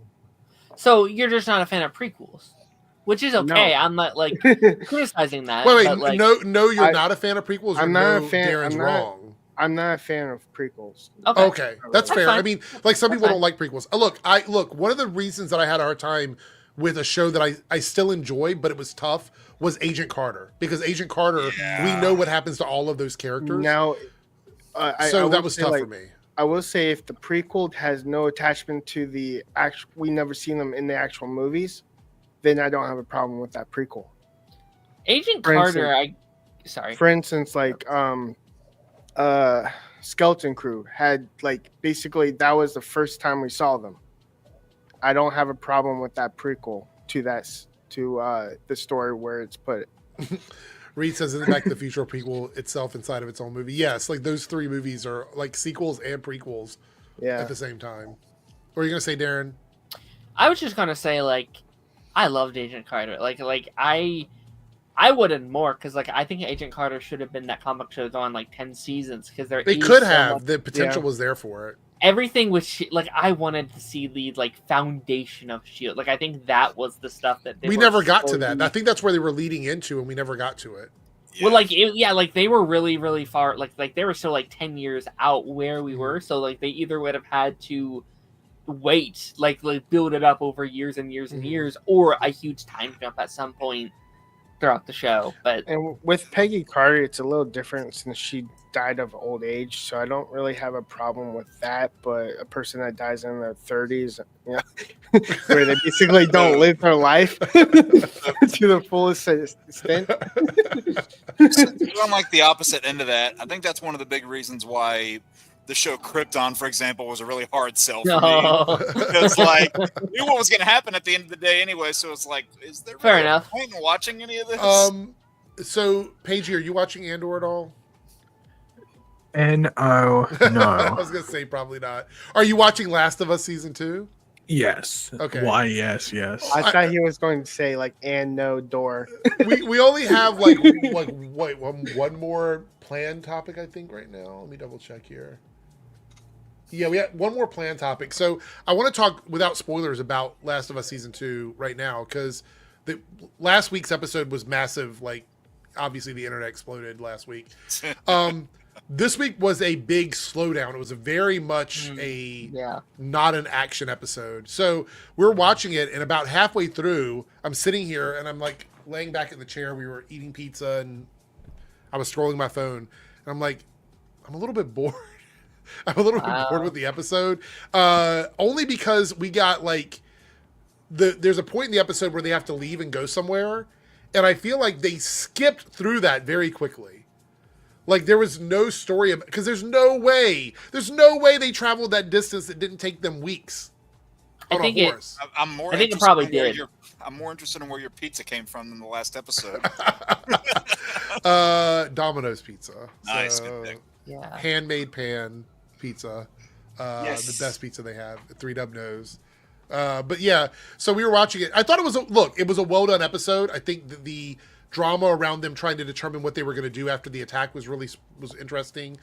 But I hated that they were traveling a distance and ultimately never encountered any trouble that whole time, weeks out. Like I don't know. I wanted to see that take a little more time, and it feels like they just kind of skipped through that a little bit. Also, considering how much filler we have to have, it's weird that they didn't put like one thing happening to them on that trip. You know what I mean? A lot of that stuff, though, is very much like it is kind of filler stuff. You're right. Like a lot of that game is like, oh, we need to open the gate. All right, we have to go to this building and find the gas and then bring it back here. Oh, this one's empty. We have to go. So like I can understand like a lot of that is kind of just like pointless. You know, like you'll get some infected stuff, but they're not really impactful for the overarching story up until that point. I guess I just felt like it was like montagey, and I'm like, fair enough. I didn't really care for that. Which doesn't necessarily work for a show like this. Yeah, for me. All right, so but I'm enjoying Last of Us. Is everybody else enjoying it? Is it been? It's been good. I'm possibly dropping off because I saw episode 2. So, Paigey, what did you think? Did you enjoy this week's episode or no? I thought it was fine. I thought maybe it wasn't the best follow up, just because you time jump. Yeah, I don't like it when, and outside of like one viewpoint, there's not much like reminiscing. But the thing is that they're obviously doing flashbacks, Mhm. which are going to have Pedro Pascal in them. Yeah. So I think they wanted to just have an episode where they almost feel like they're quickly moving on from the character, if that makes sense. Though it's like the main advertising material, then outside of a couple of little bits there, but then it's because he's going to come back into it through like I don't know if they're just going to do one episode where they do all the flashbacks. I'm not too sure what they're going to do. But I think I don't know, because going into it, I'd assume that they were going to stretch the season, the second game story into 2 seasons. But are they just going to put it into this season? Then, if they get renewed, they just it's most likely 3 seasons. Yeah, that's what I was thinking. So you still think they're going to stretch out this story? They're going to stretch out the second game story. Okay. Yeah. No, I wasn't too sure because I wasn't too sure if they're going to, or if they do it, maybe like a bit of it's in season 2 and then season 3, might I say, That probably and they do the rest of season 3. They create their own original stuff. I mean, it's like a 40-hour game. Like, I think they have enough just in there to do 3 seasons. I just think it's subverted expectations because people probably didn't think that they were going to do that this early. Yeah. I didn't think they were. We talked about it before the season came out, and I'm like, they're going to wait. Like, I thought this was going to be the cliffhanger for the the break off of this season going into next season. Like, I'm like, they're going to wait till the end of the season because I feel like they're going to pad it out. I had to give them credit for like doing it early as they did, honestly. And I think that would have killed the show, to be honest. Like, I think that year break in between would have had people be like, Joel's not in the season, I'm not gonna come back. But with them having like 5 more episodes left of the season, they're like, all right, I guess I'll keep watching. I guess I'll stay interested. And hopefully by the time we reach the end of the season, they're that invested enough to keep on board going into season 3. Yeah. All right, we got a couple super chats here. Cameron with the $5 super chat. The actress who is playing the engineer confirms that she will not be naked when she's not using her powers. Well, that's good. So when she is, yeah, she turns naked when her powers turn on. Just boobs out, like total ass shots everywhere. Where's my money? Here's my money. Just kidding.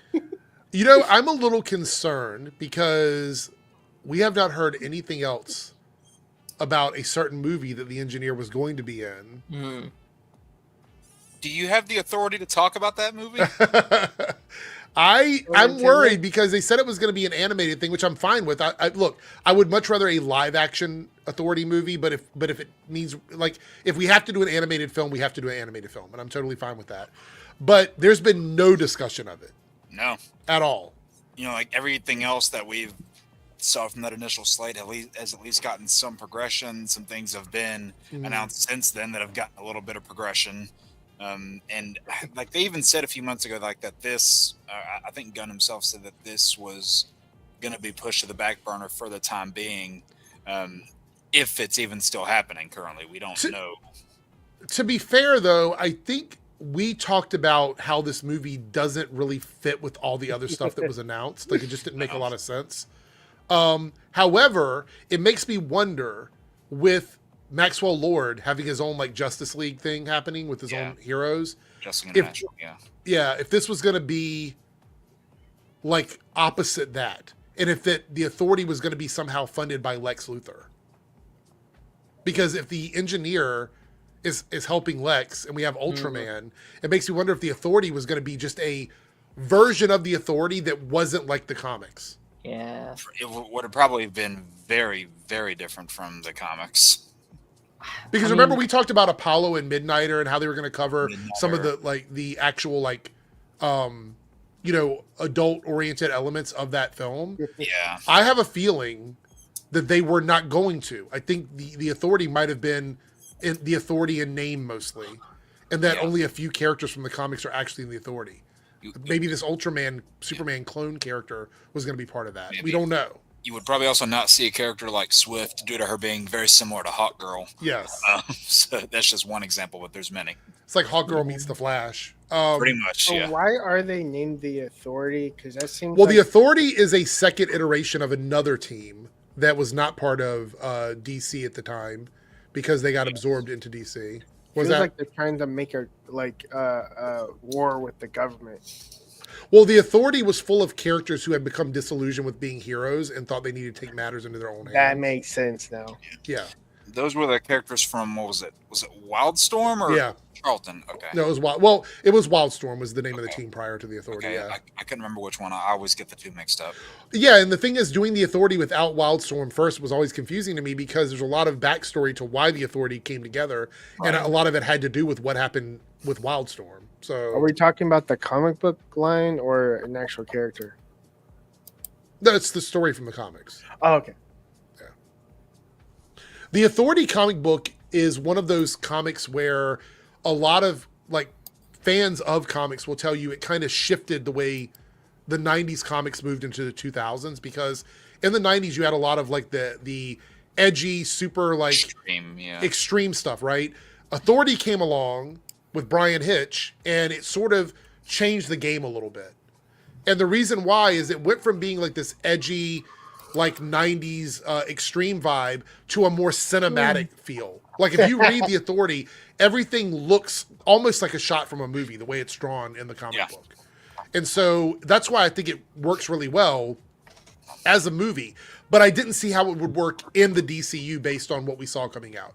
So it is unfortunate. I hope we do get it eventually. But I'm curious to how important the engineer is going to be at the end of the day. Yeah. You know what I mean? And it can always be reworked into being something else Worlds related too, if they still want to do it. Yeah. I've even I don't know the Authority, just basing off what I've heard, I wouldn't even be completely shocked if they tried to switch them up a little bit to make them even a Justice League thing, right? Your crime syndicate kind of story, you switch it around a little bit. And when I say villain, quote unquote villain, kind of like a Civil War situation where it's they're not technically enemies, they're just on opposing sides kind of thing. They could very well do what they're doing with Thunderbolts right now, where it's just Thunderbolts in name, because there are next to no comic Thunderbolts in this movie. That's true. That's true. I read a good amount of Thunderbolts during the Civil War time, where it was the team led by Songbird, and then you had Norman Osborn's Thunderbolts with Screaming Mimi. Yep. Yeah. You had people like Moonstone, like Bullseye, which I'm surprised Bullseye, they could have easily used him as a comic Thunderbolt too, but then you see what Daredevil's doing with that character. I got over the fact Moonstone, who was a very cool Captain Marvel. I really enjoyed her as Captain Marvel. So Bullseye, I don't think would fit in with this cast. Just because this is just before we got everything announced. Yeah, everyone else is kind of they're dicks, but they're not technically villains for the most part, outside of Taskmaster and Ghost. But even Taskmaster is not a villain because of being evil. They're being manipulated. Well, that's what the Thunderbolts was. It was a team of villains who... This is the thing that really pissed me off whenever I see all these people saying, oh, is this just Marvel's Suicide Squad? It's no, there is a clear difference. With the Suicide Squad, you have people that have their lives being threatened. That's why they're doing what they're doing. Thunderbolts is a group of villains that actually felt bad about what they were doing and wanted to reform. That's the clear difference. Is Bullseye the counterpart of Deadshot? The comparison of I mean loosely. You could, if you were gonna do a comic book crossover where they faced off against each other, they might be the ones that face off against each other. Right? Just I would think so. Well, I mean that's who Bullseye was, essentially, was Hawkeye. Yeah. So I love that iteration of Thunderbolts. But you're saying, Jake, I feel like that's what the Authority would be. It would be a version of the Authority that has maybe one or two characters from the comics, and then very completely different. It'd be the Authority in concept only. Yeah. Thank you for the super sticker, by the way. You can't see it here, but I checked on the screen there. It's a little dancing character. Thank you. Paigey, the Authority. Did you read the comics for the Authority or no? What a stupid fucking question. Of course I did not. Well, I didn't know. I didn't know. You're always I never know with you. You watch, what is it, True Crime. So maybe you read The Authority. I have no idea. What's the one I watched? Oh, because HBO Max is in Australia now. I should have never fucking mentioned that. I should have never fucking what's the one that. I was watching? Oh, it was fucked. Mate, it could have been Smurfs. Oh, what was it? There's one called Hollywood Demons, but that's a new show. So have you found, there's a channel here on YouTube. I'm not going to say what the name is because I don't want to give them any more traction. Mate, is that one? They do fake true crime. Have you seen that? I know what you're talking about. I know what you're talking about. So it's okay, so I watched the video and it was I'm going to make up names. This is what it. They make up the true crime story. Yeah, but they make it seem like it's real. So it's the channel's There's he would say like, this is a story of Igor Smorgasbord, and Igor hated his wife, and his wife would come home from work every day with letters from her lover, and so like it makes it sound like, and he pulls up like all of these like clips that look like they're really from something. See, that's fine if you let your audience know it isn't real. Like, it's like 2 million views on one of the videos, and people in the comments are like, did they ever find the guy? And I'm like, it's not a real story. Like, this person made it up 100%. It's the same thing you see on like TikTok, where you see like those AI text threads of these made up stories that didn't happen. People it's very Reddit. It's very like creepy pasta and like stuff like that. But again, if people tell you that, it's okay. What was that, Paige? Sorry. Well, does it just get to the point where they're pretty much just making up their own urban legends? Like, well, it's like you're saying, it's like creepypasta or something like that for sure. Yeah, I mean, like Igor. Look, I'm all in. Like, so I know there are Reddit threads or Reddit groups with like people that make up these scary stories, and that's fine as long as you're honest about it being like a scary story. Yeah. But when you call yourself a true crime channel and you're making up stories, that's not true crime. That's so much. If you make evident that it's satire, then that's fine. Yeah. Reddit's such a weird place because like I love watching those like Reddit story videos where it's like all their like relationship drama, but like it's always fun to be like, which ones are real and which ones did they just make. Well, that's the thing about this fake true crime channel. I kind of skipped through to make sure that all of them were like that, and one of them was like a fake relationship story, like a boyfriend girlfriend thing or whatever, and it's like, I looked the names up. There was no record of this story ever happening. And they were like, it was in the papers in 2017 and she was never seen again. And then during COVID, she would leave horrible text messages for him on, it was like, what are we talking about? Yeah, it's like, it's bad. It's bad. What's depressing is like, I think normally I could support that because I think it's so cool. Like people making their passions or running a really cool story. Unfortunately, nowadays it's probably AI. There are so many accounts that like. You know what? I didn't even think about that. It probably is. Yeah. A lot of it's one of two options. Actually, probably three options. Someone that's just a lunatic. 2, it's AI, or 3, it's someone that's about to commit said crimes in. And they're trying to see if they can get away with it based on the reaction on YouTube. And then there's like a side option where if it's one of those two categories, whether it's the lunatic or the person looking to, get into some action, they can just blame AI for their action either way. True. Well, here's the thing. Let's flash back. We're in the 90s. We have advanced technology. All of a sudden, you see a story about, hi, I'm a former star running back in the NFL. Thinking about decapitating my wife's head. Oh, yeah, exactly. Yeah, I knew that's where it was going. Hold on. And I'm going to drive my Bronco down the street. Yeah, that one. My white Bronco. Yeah. Man, just go back to the 90s and be like, hey, I bet 25 years from now, we're going to be taking flying cars to work 25 years later. No, wait, don't eat that Tide Pod. I'll also, and we're going to answer super chats on this, but I have to talk about this. There's also the channels with the time traveling people. Have you seen these channels? What do you mean time traveling? Okay, so it will be someone making a video. They don't show their face usually.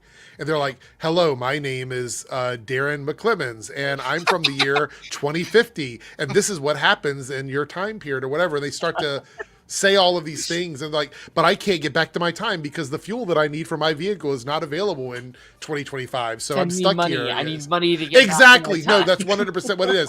And with like your help, I could possibly get back to my timeline or whatever. And it's like, Darren, I think you just shouted out your third channel.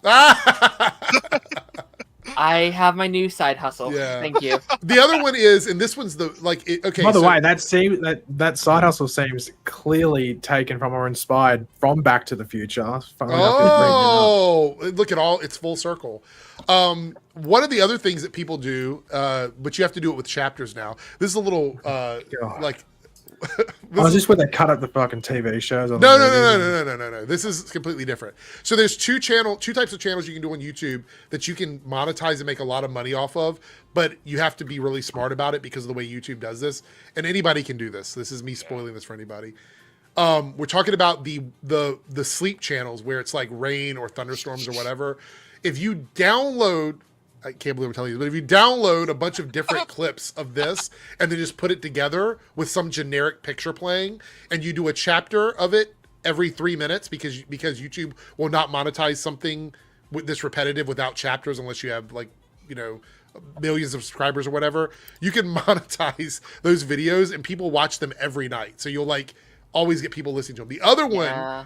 is traveling around your city with a camera on your dashboard. Like if you want to go driving around Seattle, you can do that in different parts of Seattle for like 4 hours or whatever, just driving with your camera running, upload it to YouTube with some lo-fi background music, or not even that, fake sound effects. Like you can just have some sound effect in the background that sounds like people talking or something like that.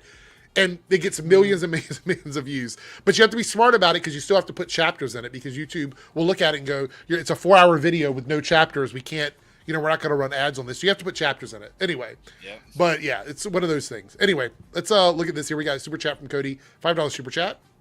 Imagine watching, I don't have to imagine because I did, but imagine watching Agent Carter live and never getting season 3. It was painful. No, I did watch it live. And when that season ended, I was like, holy shit, season 3 is going to be so good. Yeah. And fast forward to 2025, no fucking season 3 of Agent Carter. So. Nope. What's crazy is if they didn't do that, like if they didn't do it back then, I think they probably would have done it now as like a 6-episode event or whatever. Yeah, it would be crazy if they actually did this with Daredevil. What if they bring back? They could. They could just bring everybody back and do like a mini series to end it off or something like that on Disney Plus. They could if they wanted, but the thing is, I don't know if they care enough. Although I will say, the way season 2 ended could set up a very strong 6-episode. Season 3, if they wanted to do it. That could be a self-contained story. Exactly. Yeah. Just end it in that season if they wanted. Look, I'd rather see it go on to show or they could time jump. They could literally show it as a time jump and show us how S.H.I.E.L.D. is created. It would explain the characters aging. I almost feel like they don't care about S.H.I.E.L.D. anymore in the Marvel Cinematic Universe. No. So, I mean, they're on the Sword, right? Yeah, so Sword is kind of the thing, so... All right, Naruto coming in with a $10 super chat. Thank you with so much, shots Naruto. fired, too. I know. Are any of you, besides Darren, watching the new season of Doctor Who? This episode was fantastic. It surprised me. Never expected to connect back to a random David Tennant episode and make it better. So I have been trying to watch it, but the problem is for some reason, this season isn't grabbing me like last season. I really enjoyed last season.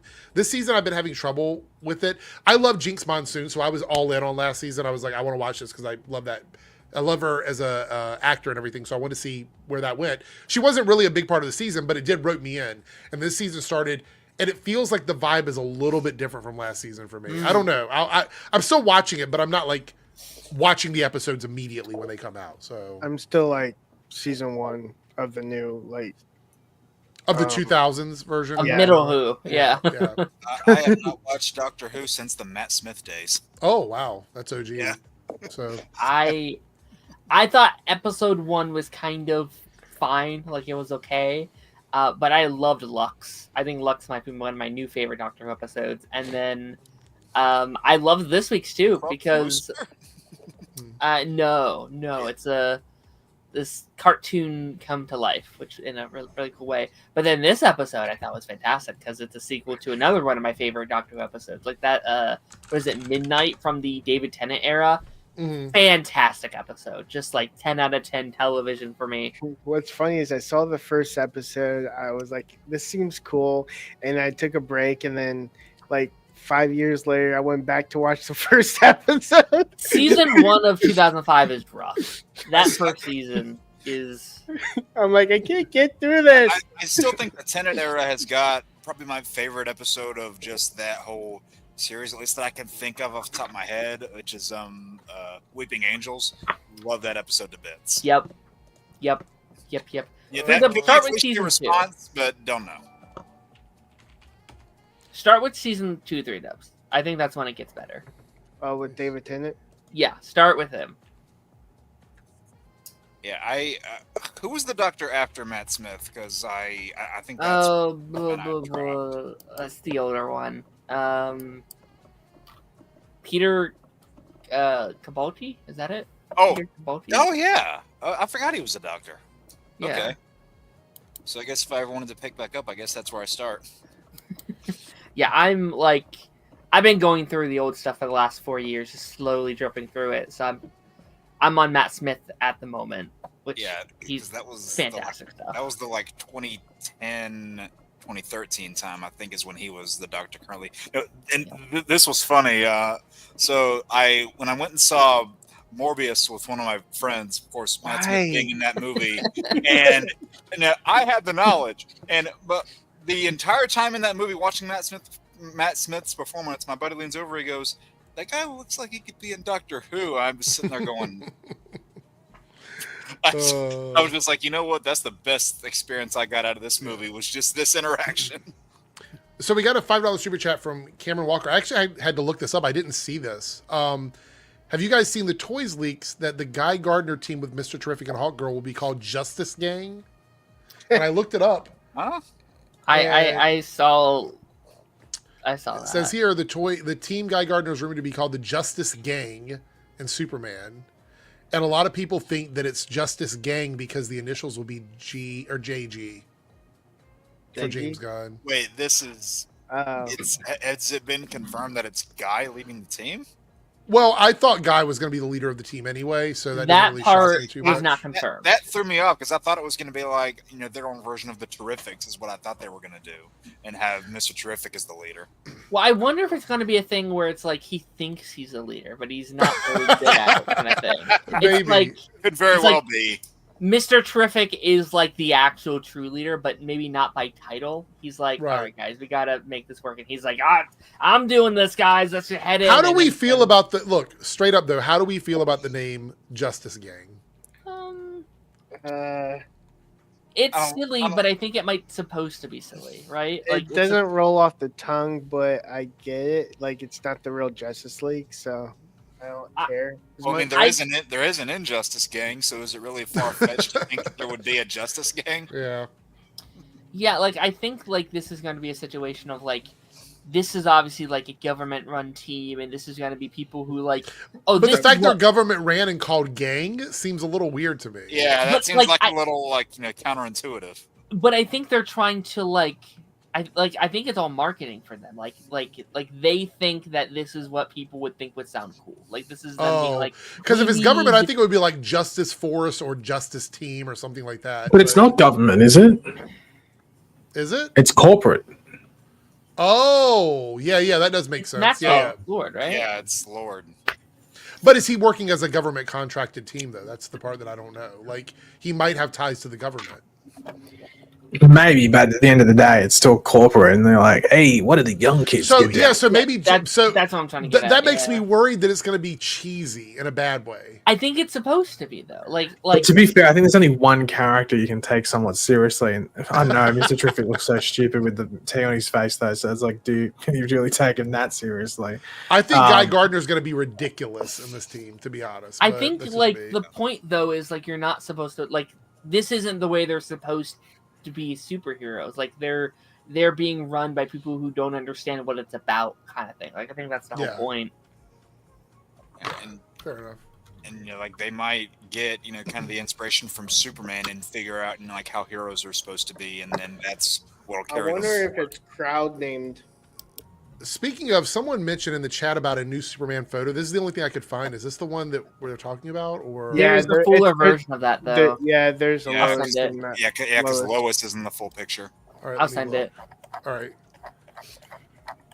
That suit's growing on me the more I look at it. I love it. I mean, there's still some things I don't love, but I do like it. I still think there are parts of it that are over designed, but it fits a lot better than what it looked like in some of those behind the scenes photos. Lance like still hates the collar. The blue pattern that's the design pattern inside the blue I still don't love. Yeah. Because I think that's overdoing it. Oh, okay, cool. Yeah. So there's a bigger picture. I was wondering why that one was so narrow. It was focused on the hate. The hate of what? Yeah, Superman. I think the Superman hate is focused on the mutant monkeys typing super shit. So you just got me thinking of this with Superman hate. I sent this to a few mutual people that Darren will know today. Saw probably the dumbest comment related to somebody voicing their criticism for this. I'm not even joking this. I can send you the actual screenshot, but it says, David's Superman, and I quote, looks badly written. Just think about that phrase. Looks badly written. This is the world we live in today, where that kind of statement is shown. I kid you not. Here on Darren, I'll send you the thing. Actually, here I think. Cool. Jesus. All right. So yeah, Eric, I just sent it to you. That thing I saw there on Facebook. So Okay. it says, of course it's Facebook. Of course, I'm removing this here. Okay. Yeah, I don't even pull that up, but it's like, damn. Where'd you send it? Twitter? No, Discord. No, I sent it to you on Discord. Yeah, I got it. All right, here we go. Let's see. Because they were talking about both Pedro Pascal's Rita and David Cornsweet. That's why it has him in the comment there. But yeah, I saw that and I went, "Are you fucking kidding me?" Yeah, here it is. Looks badly written. I'm hoping they're talking about the movie and not the character, because otherwise. But even so, how can it look badly written in general? That's the thing. It's like that just defies all logic. Yeah. You know what I think they mean there? What? I think they mean it looks CW. Oh. And even then, that's not really a complaint anymore, because look at It shouldn't be, look at but it Superman still is and for Lois. people. It's not really a I complaint. want to, but before we talk about Lone Wolf, I see your super chat, and I've actually got this pulled up for the screen, to show on the screen. But I watched, and I wanted it to be so good because I liked most of the cast. I watched that G20 movie on Prime with Viola Davis. I about haven't the gotten around to G20 watching summit. that yet. Okay. I wanted it to be really good because there's so many people involved with it. I'm like, this is going to be good, right? It's a movie. It's a Prime movie or whatever. It was awful. It's one of the worst movies I've ever seen. Yeah. It's so bad. And I looked it up, and I don't want to throw shade at the Arrowverse or the CW because that's what we were just talking about. But the person that wrote, the primary writer on the movie, was a writer for Supergirl. Ooh. And it was a little rough. The actual person that made the movie, the director of the movie, had really only done foreign films and some TV show stuff. So I don't know how much of that translated into what Prime wanted, because I know Viola Davis, they were behind the production of the movie. It also, I don't want to spoil it because some people might still want to watch it, but I did not like it at all. I thought it was probably one of the worst movies I've seen in a long time, and it sucks because the premise is really cool, but her kids are involved with it, and they throw the whole vibe off. It's just not. It's not a good movie, and I cannot recommend it. Like, if you want to watch it on your own time, feel free, but not that good, unfortunately. I was all right, probably going to. Now I just have to forget everything you just said. Yeah, look, I would rather somebody watch it and tell me that I was wrong, because I'm usually, as Paigey says, I get W's all the time, but I would love to be... love to be proven wrong. That has never happened in my entire life. All right. Lone Wolf, $5 super chat. Did you ever talk about the Daredevil Defenders tweet? I said, I hope I didn't miss it. Also, hello. No, I did. Somehow I missed it, but we'll pull it up here and chat about it because we're just about done with the stream. We have one more small topic. Small? You got Smurfs on the mind. Yeah, Smurfette. Anyway, it says, Dario Scartapane, potential return Defenders and Daredevil Born Again. Without giving too much away, when you're working with what I would call the Hell's Kitchen corner of the MCU, those iconic characters are always in your mind. The thing is, and this is kind of hard, I'm trying to thread a needle here. So basically not do anything that Kevin Feige would get mad about. You want to bring in people and relationships and past figures in Matt's life because they help the story, particularly in terms of a story where Fisk has taken over the city. And there's a resistance and a rebellion, so to speak, rising. So there's going to be people, vigilantes, superheroes that are involved in that. There has to be, because this thing is happening in their city. That said, you also want to create a completely organic story for that. So who comes in and why does it have to be beyond anything earned? So the easiest answer to your question is yes, those characters that you just listed are listed off are absolutely in my head and everybody's head as we're working. How that manifests itself in both really tricky writing-wise and pretty closely guarded secret is this point. I'm being intentionally cagey, but I'm also saying hell yeah in terms of it's something we're thinking about. So I got a perfect one. Darren, you're muted. I got a perfect one. Like a cameo like happens in the show where Daredevil asks Tom Holland, Spider-Man, would you like to join our team? He goes, no, can't. I'm on vacation. Bye. And swings off. And what about the police officer? Is she going to be a part of it? I'm tired of this. Darren, what were you going to say before when you were muted? I mean, Luke Cage, confirmed. Oh, there we go. Look, I think they're going to do like a Badlands type storyline mixed in with like what's going on with Fisk, and then we're going to see other characters come in to help Daredevil. The big question is, because I think Luke Cage is a given.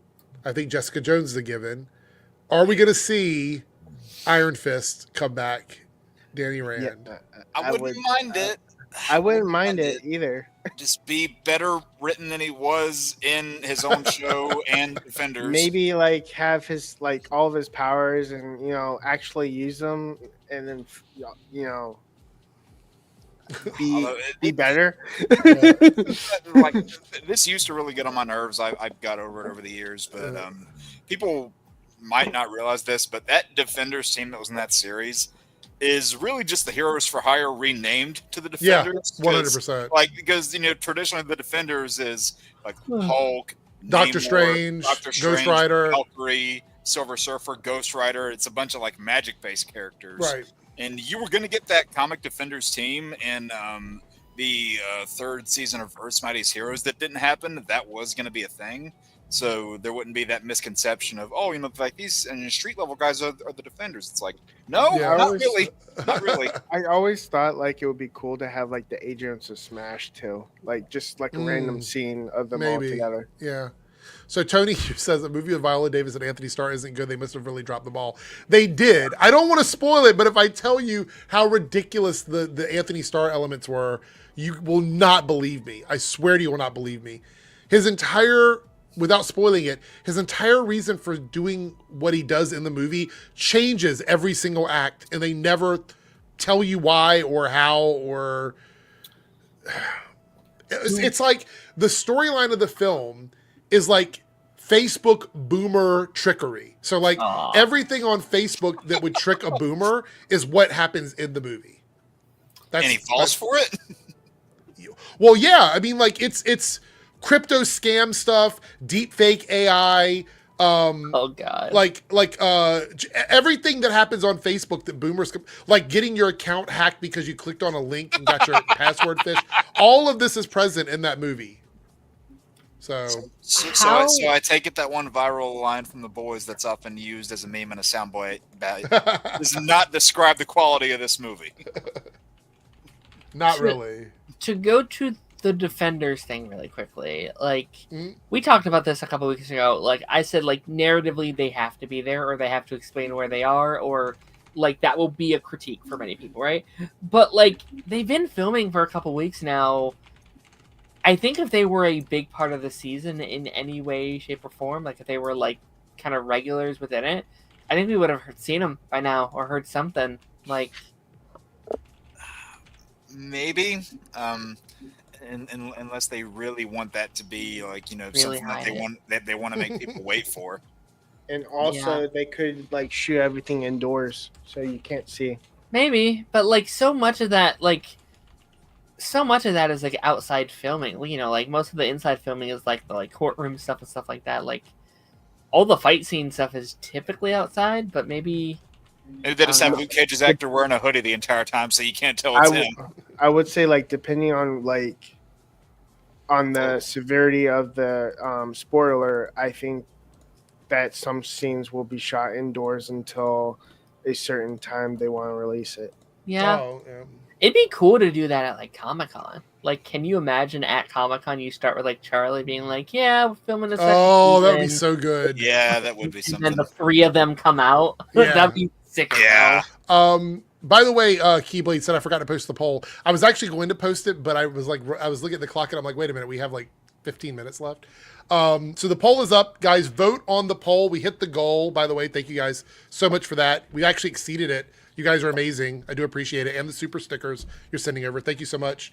But go ahead and vote on that poll. We're going to leave that up until like the last minute. So, and I am almost done with the quiz, so it'll probably be ready by the bonus stream.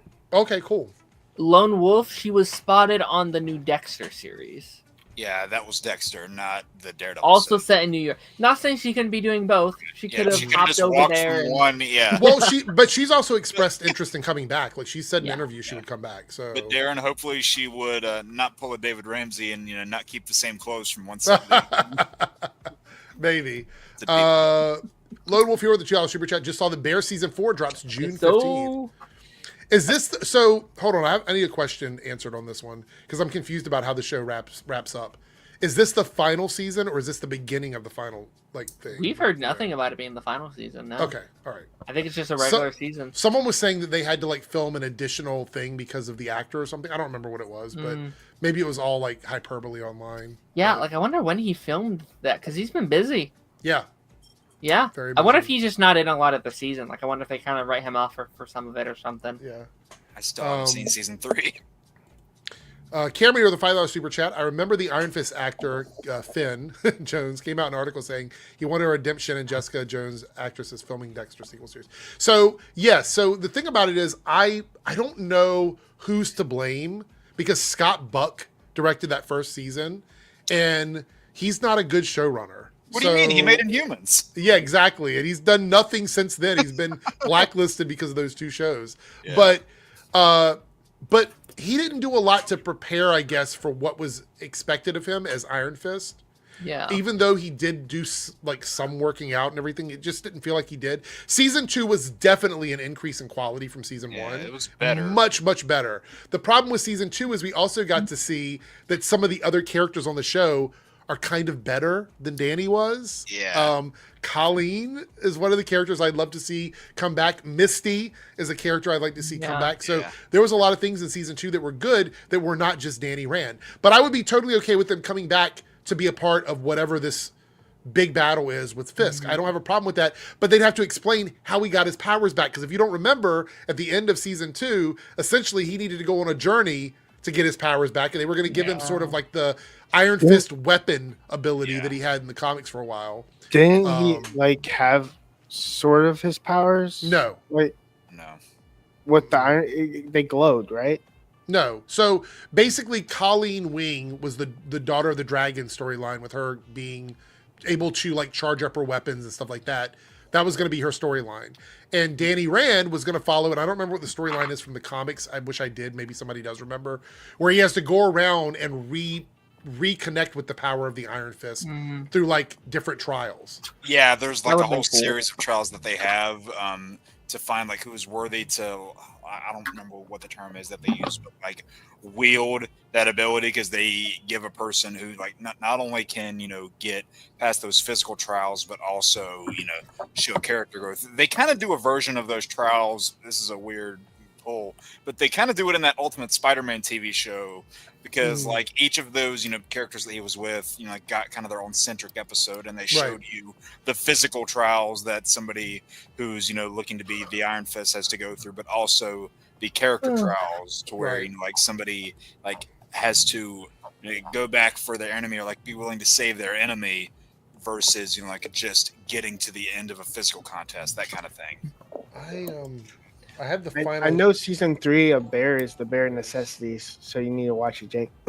Yeah. So, hold on, let me click all this over here. Puns. Oh no, camera's coming through with the information. Scott Buck was the showrunner for Dexter's last couple of seasons. I try to forget that. I try to forget. You know what? I don't remember most of the last seasons of Dexter. I to be hear they're honest. not as good. Maybe that tracks. Yeah. I gotta start that show here soon. I want to get caught up for when it comes I back. used to love that show. I haven't seen it in many years. Yeah. It's a whole universe now. There's 5 different shows. He keeps coming back. Well, you're gonna be mad, 3-Dub, because there's some prequel stuff that goes on with it too. There's a This is what I want Andor to be like. He just keeps coming back. But his From the story's dead. not over, so 3-Dubs might like it more. Right. That's true. That is true.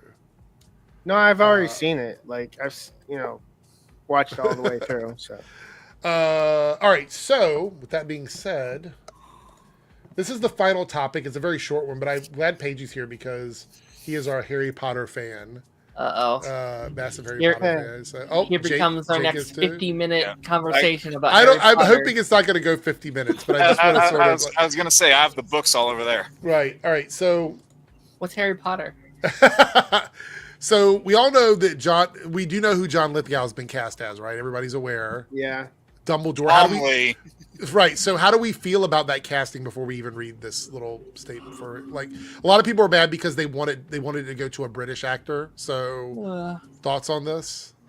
Are we happy with him in this role or no? I don't dislike it. Like, just hearing that he's cast, I don't dislike it. Okay. So I mean, you don't think it's important that it's a British actor? Is that something you care about? No. I mean, not really. I mean, like, if it's the person that has the right instinct for the role, then their heritage shouldn't really matter. Yeah, okay, that's fair enough. I haven't seen them in anything but comedy, so for me, it's kind of like, is Dumbledore going to be funny now? I actually think the series is going to have some humor in it because there is, in the earlier books, there is like some humor. Oh, yeah. So, well, it's very important. Remember, he played Winston Churchill. yeah, he can play serious. He won an roles. Emmy for playing Winston. Oh, he played a Emmy. psychopath on Dexter, too. Yeah, Yeah, he was the Trinity Killer. yeah. Oh, spoiler So, alert. one serious character. So He was in In this Shrek also. yeah, so this is the quote here, but I'm going to tell you what's in the article because they leave out some of what he says, but I don't want to read the whole thing. Lazy. So, I made a whole video on it already. John Lithgow says J.K. Rowling's anti-trans rhetoric didn't dissuade him from taking on the Harry Potter series role. Why is this a factor at all? Why would he say that? Well, the thing is, in the interview, they specifically try to get him to talk about like all the stuff that she's been doing online. But he goes on to say that like he has someone in his life that has a trans, I think either a sibling or a child, I can't remember. And that person begged him not to take this role because of the fact that he's such a close family friend and that would negatively impact their relationship with him because of the fact that they don't, I guess this person was a fan of Harry Potter and then J.K. Rowling did all this stuff to like, make it so that made it difficult for them or whatever. But he goes on to say that he would like to have a conversation with J.K. Rowling and blah, blah, blah, et cetera, which by the way, I don't think any conversation anyone's going to have with her will change her mind. I think she's pretty much set in her ways with this. But the thing in this particular article that kind of confused me is he acted very nonchalant about not understanding why he would get backlash for this. And I know that he's an older guy. He's not chronically online, I guess, when it comes to all this stuff. But I can't imagine that in circles he didn't hear about this when he took the role. That there was all this drama surrounding J.K. Rowling. His actual agent would be negligent to not tell him that this was a problem. He acted as if he had no clue about any of this until he took the role, and then all of a sudden he heard about it. I don't believe that. I don't think that's true. Maybe it was told to him to avoid the question, so he. But he didn't though. But I mean, like basically he like defended her. No. See, that's why I said nonchalant, because he's not taking a stance either way. He's literally saying that all of the drama surrounding her didn't change his mind about taking the role. And he went on to say that he didn't understand that there was any drama to begin with. That's the part that I have an issue with. Like, if he wants to just not have a comment on it, like, is whether I like it or dislike it, it's irrelevant. He can totally be like, I just don't have any comment and move on. But he specifically said that he didn't see why it was such a big deal that he was taking the role. He acted like he didn't understand that there was going to be drama surrounding this. He feigned ignorance is what he did. Right. And to me, that comes off as disingenuous. And the weird thing is he says this is the last role that he's going to take because he even said, I'm locked in for 8 years. So his contract is for 8 years. So he's like, this is the last role that I will play. It's his final acting role. So my thing is, if you're a respected actor, especially somebody who's been around for a long time, because John Lithgow, like Paigey was saying, is a very decorated actor. I think that in order for me to believe that you didn't know all of this stuff was happening, I would have to think you're completely detached from everything. But he knows a lot about Harry Potter. He's apparently friends with J.K. Rowling, I guess, because he said he needs to have a conversation with her.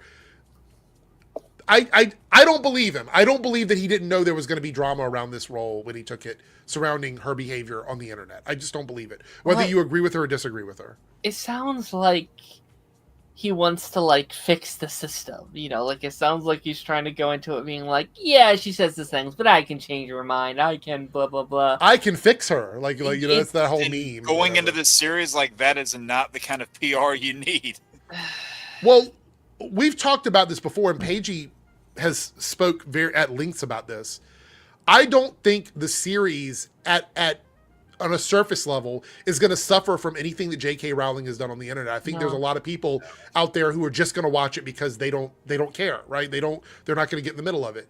The people that boycotted the game are probably still going to boycott the show. But as you see, that number is a small enough number that it doesn't affect the overall hype of something like this when it comes out. Plus, the show's not something that they have to spend their money to purchase, so they could very well just hate watch it, which will boost the numbers for it anyway. Yeah, short car, he's fence sitting. I agree. But look, I think boycotting, and I've said this before, I know Darren's heard me say it, Paige's heard me say it, I think 3Dub's probably heard me say it.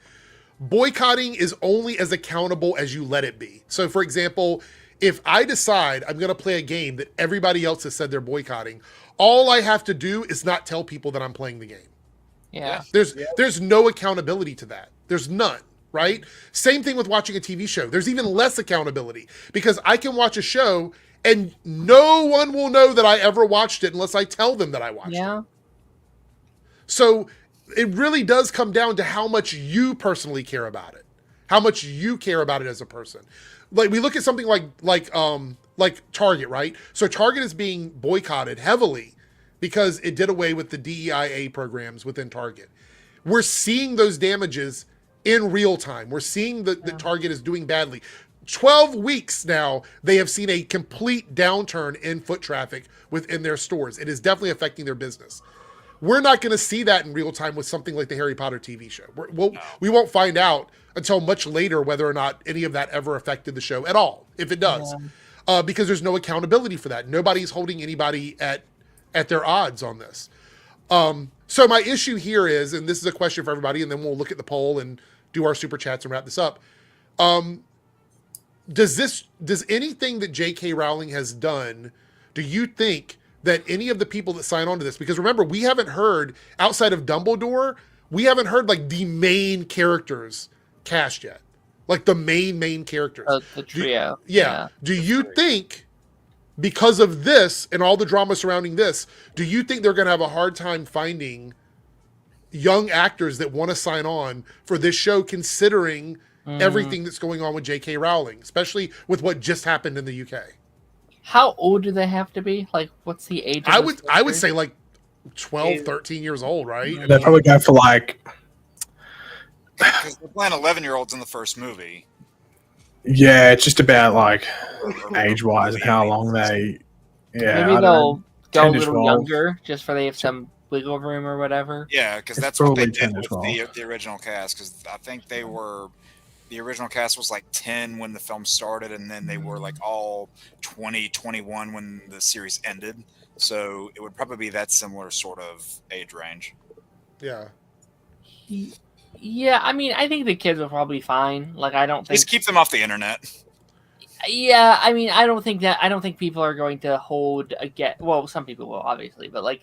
I mean, they're attacking the young Leia right now. That's happening on the internet. So but those are different, like, groups of people, right? Like, I feel like the people going after this cast right now are, like, genuinely people being like, well, yeah, this is kind of messed up, and this is stuff that we shouldn't be supporting. Those people are like bigots in their basement that haven't seen the light of day in 12 years or whatever, right? Like, they're different kind of people. These other actors, on the other hand, ultimately, I think they're fine. Like people aren't going to... Well, like John Lithgow said, this is his final role. After this, he doesn't care. It's not like he gives a shit anymore. You know what I mean? Right. Yeah. So he can fence it if he wants to. I hope they try to protect the kids better 100%. Than when Leia was cast as Leia. Paigey's been super quiet. Paigey's probably got an opinion about this. He's just giving everybody else a chance to talk. Yeah.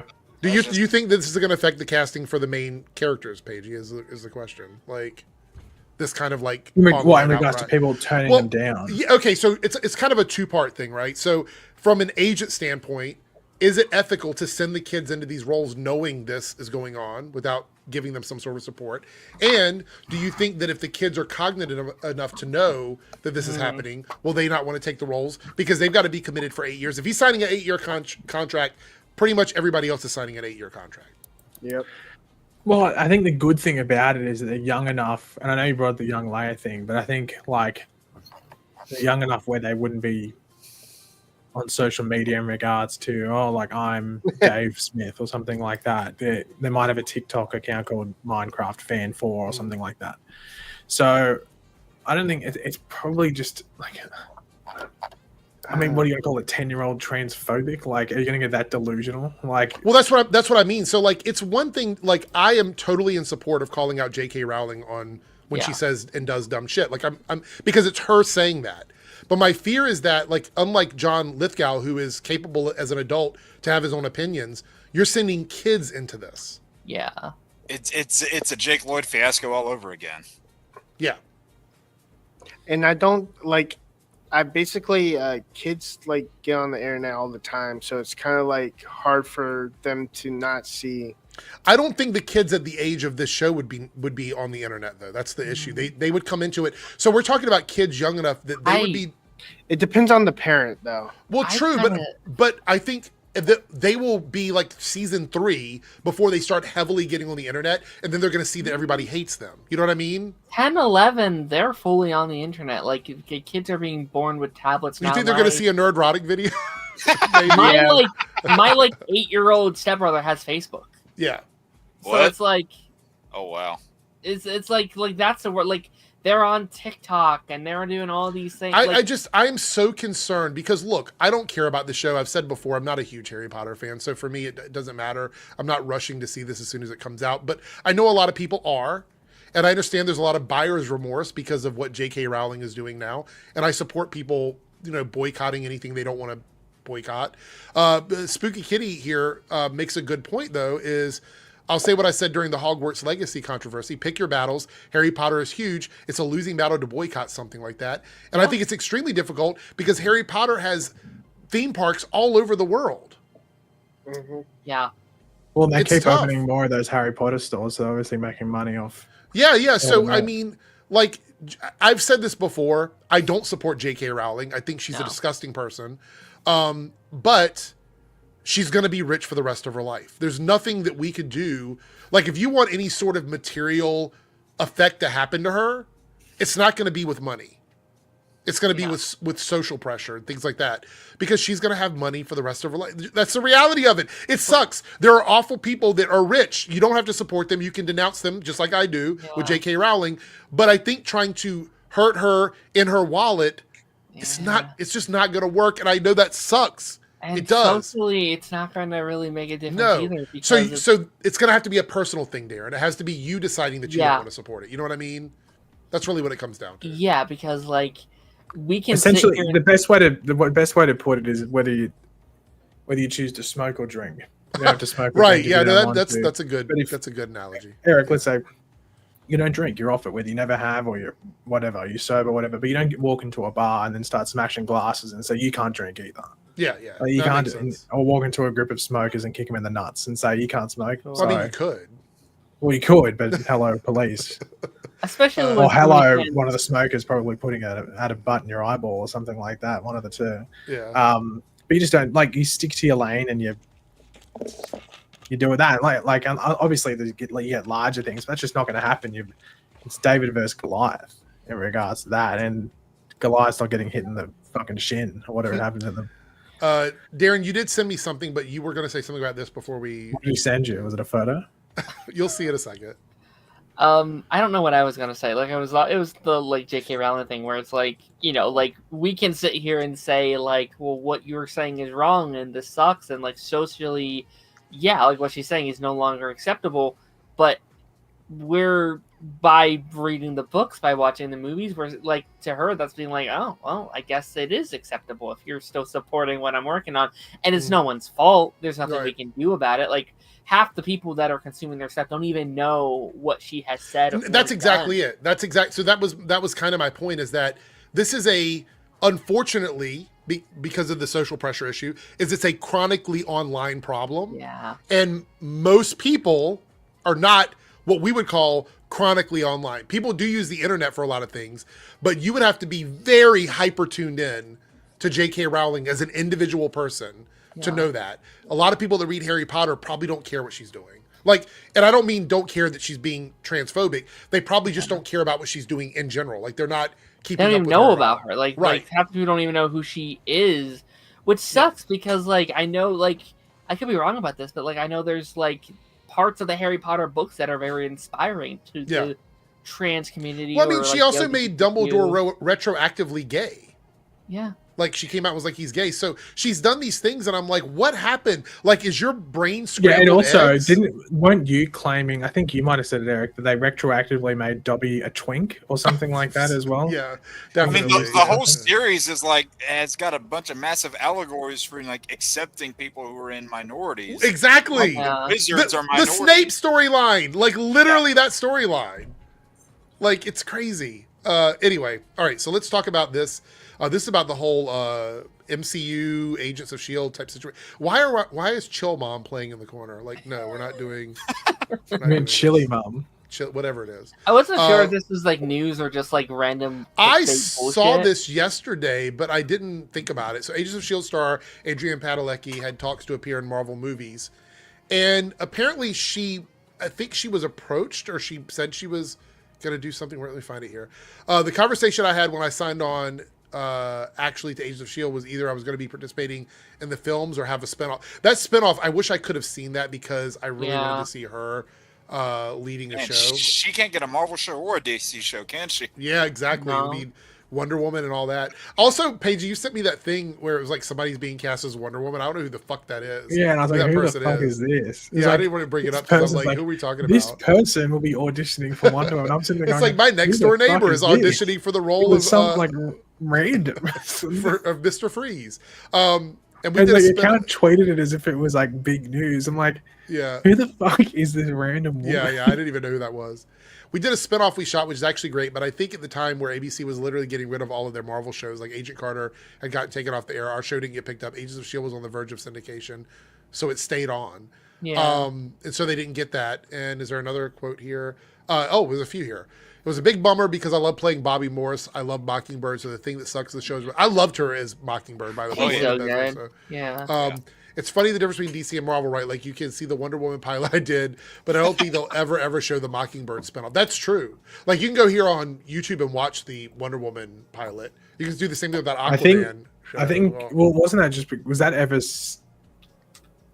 that would have never been sent out to, because wasn't that the big thing with the Wonder Woman pilot? Like, wasn't it leaked because that was back when they would send them out on DVDs? Yes. Yeah.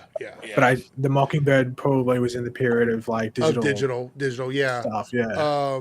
I had to go into the producer's office and sign something to actually watch it. Yeah. So I would love to see, like, you know what I would really love?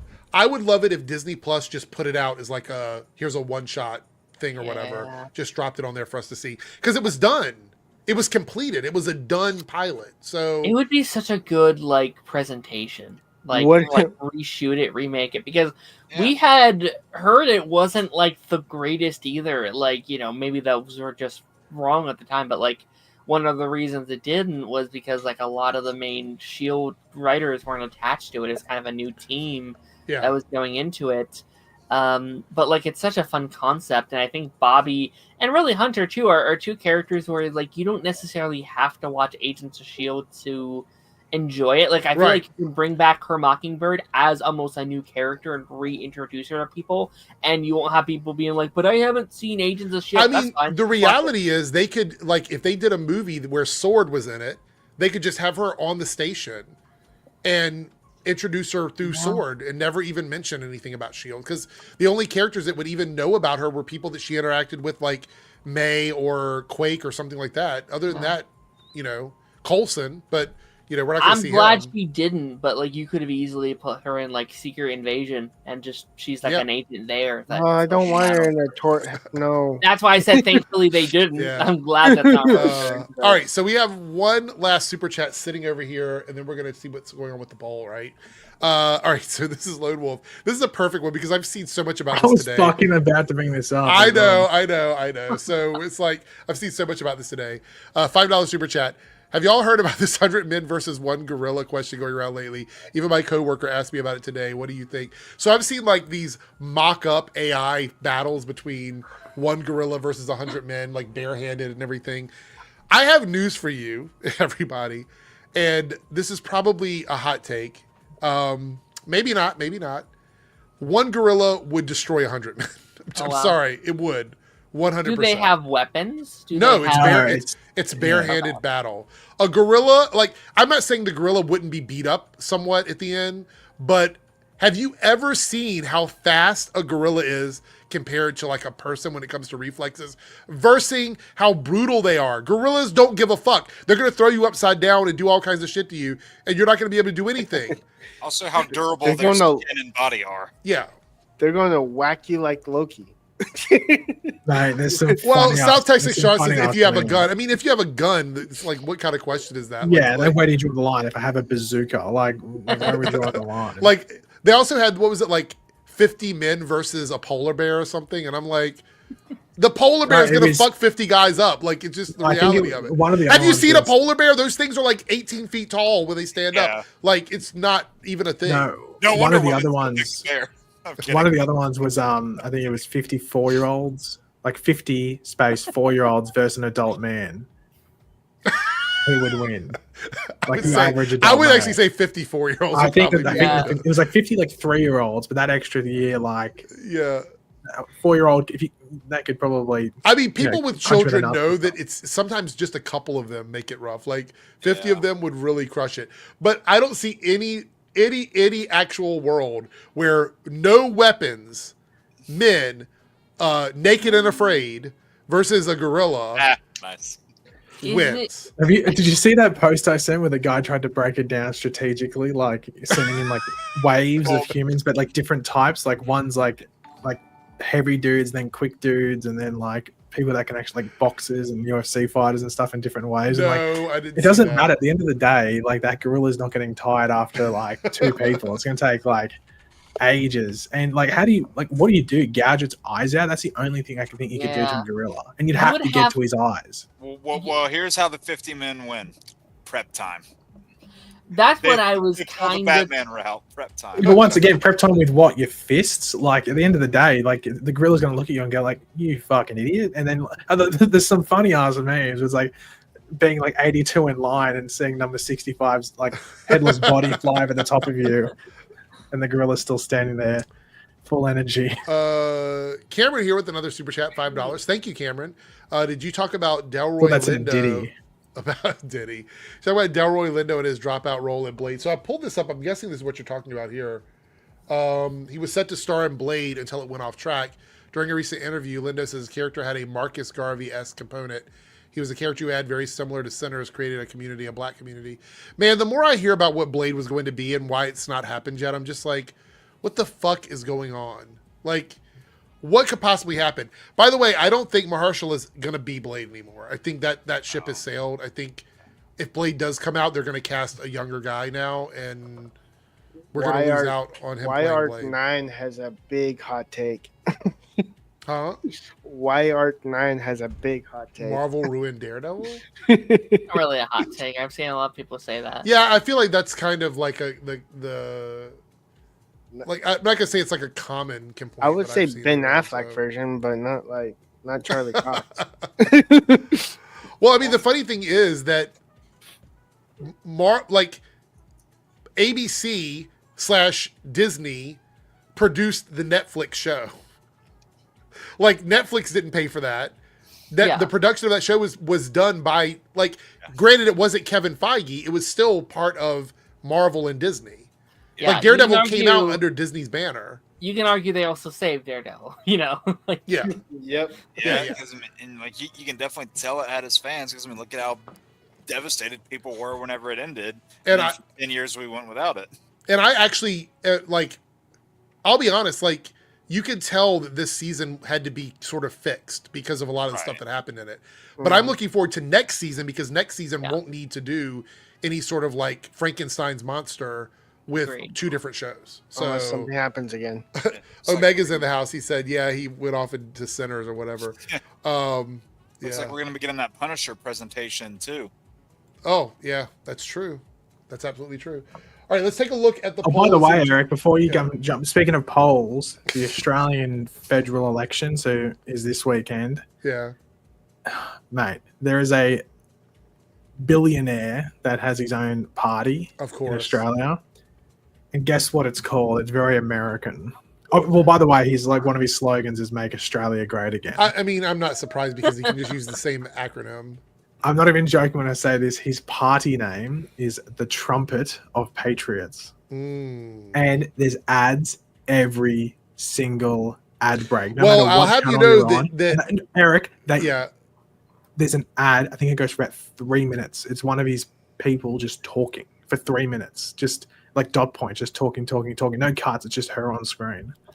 It's delusional. But here's the thing. Yeah. People are legitimately going to vote for him. I'm sure there will be some, but Canada rejected that bullshit. They had their election. I think. Oh, don't worry, Australia's going to reject it. Like the guys, the opposition leader, which is very much like the the Republican side. But even then, both parties in Australia lean right anyway. Both major parties lean right anyway, so it doesn't really matter. But he's going to lose the land. He looks like Voldemort. I'll show you a picture. Yeah, show me a picture. But Canada had their elections today, or I think they might still be going on. I didn't see if they confirmed or whatever. But it was like a landslide amount of people voting against their version of Trump because they're like, we don't want that in Canada. I thought it was just like, actually, this is the funny thing about it. Because of Justin Trudeau and everything that went on with him, it was a high probability that the person opposing this Carney guy or whatever, I don't even know the other guy's name, would have probably won if Trump wouldn't have started all this bullshit with like, we're going to buy Canada and all this other stuff. You know what I mean? Like, if that wouldn't have happened, the other guy probably would have won. So it's like Canada was just like, we're going to elect this other guy because we fucking don't like being told what we're going to do. So that's kind of interesting. So let's look at this guy right here. Oh, God. No, like, this is awful. He looks like... The hell? Yeah. He does look like Voldemort. Oh my God! Like they should have cast him in Harry Potter. They wouldn't have to do no VFX. Just put him on as he is. Yeah, just like smash the nose in, and that's it. All right, so let's see what you guys voted for. We're gonna end the poll. Give you like 30 seconds. And he looks like a Bond villain. Yeah, Pierre Poilievre, the conservative candidate, was like, I think it was when I last checked, it was like 89% people voted against the Trump guy. So that's kind of crazy. Anyway, all right, here we go. Let's see what you guys voted for. So, all right, 46% want a bonus Saturday stream. So we'll be doing that soon. So the bonus streams we have right now is the Sunday stream. We're going to get it this Sunday. Then we have the 5-hour stream, which that's the stream that 3Dub is going to do the Pagey v. Eric thing on. So we'll figure out when that's going to happen. And then we'll Can you clarify once again what this is? It sounds like it's an all like it's a gorilla thing or something. It's Pagey. It's going to be you and me doing one of those trivia things. Oh. Good luck. It will be like the gorilla thing. I'm the gorilla in this instance. Well, I always win, so it'll be like you. It'll be like 100 you versus one of me. It'll be like 100 you versus one of me, and I will win. That's just the way it goes. I don't think that's going to be the case, unless you cheat again. I never cheat. So you said you have a bonus stream coming up this Sunday? Sunday, yeah. Isn't this Sunday the Thunderbolts stream? Yeah. Yeah. I assume. I might actually go watch Thunderbolts. I might actually go watch it. I was going to watch it today. It was sold out for Thursday. I had to get it showing on Friday morning. So But that's why I'm kind of glad I'm not going to be streaming on Thursday night because I don't want to get spoiled. How on far Thunderbolts. ahead is it sold out? Like, is it just Thursday or? I was able to get, so I looked on Friday. Friday night is cooked. I couldn't get any seats on a Friday night. The only showing I was able to get was like 10:30 in the morning on Friday. So that's the one I'm going to. Well, Yeah. A lot of people are going. I think Thunderbolts is going to be one of those movies that people are going to be shocked at how well received Sneaker it hit. is. So with my city, there's two theaters close Very. by that they go to the AMC versus the Regal. well, my theater is a local chain. I've told you guys this before. It's not the closest like AMC that I have to me is like a 45-minute drive. Are there not any AMCs in West Virginia? I don't live in West Virginia, so You keep I don't claiming know, this, but there's don't believe me. there's the AMC that we have is literally near. Wait, doesn't brother Darren live is. in Ohio? Yes, he does. I've got an AMC 30 minutes one way and an Amstar 30 minutes the other way. Oh wow! See, my theater, I'm lucky. The small chain that I have near me is 5 minutes away from my house. There you go. So Omega it's very streaming easy to in do, the so- chat.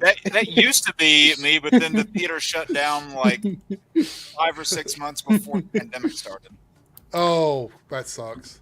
Yeah, and the last movie I saw in there was frickin' Joker, and I didn't like that movie, so that was a bad experience for me to end off on. Yeah. All right, we got a member chat from South Texas Shark. We were just about to shut down. You came in clutch because I had my hovering over the shutdown part of the stream.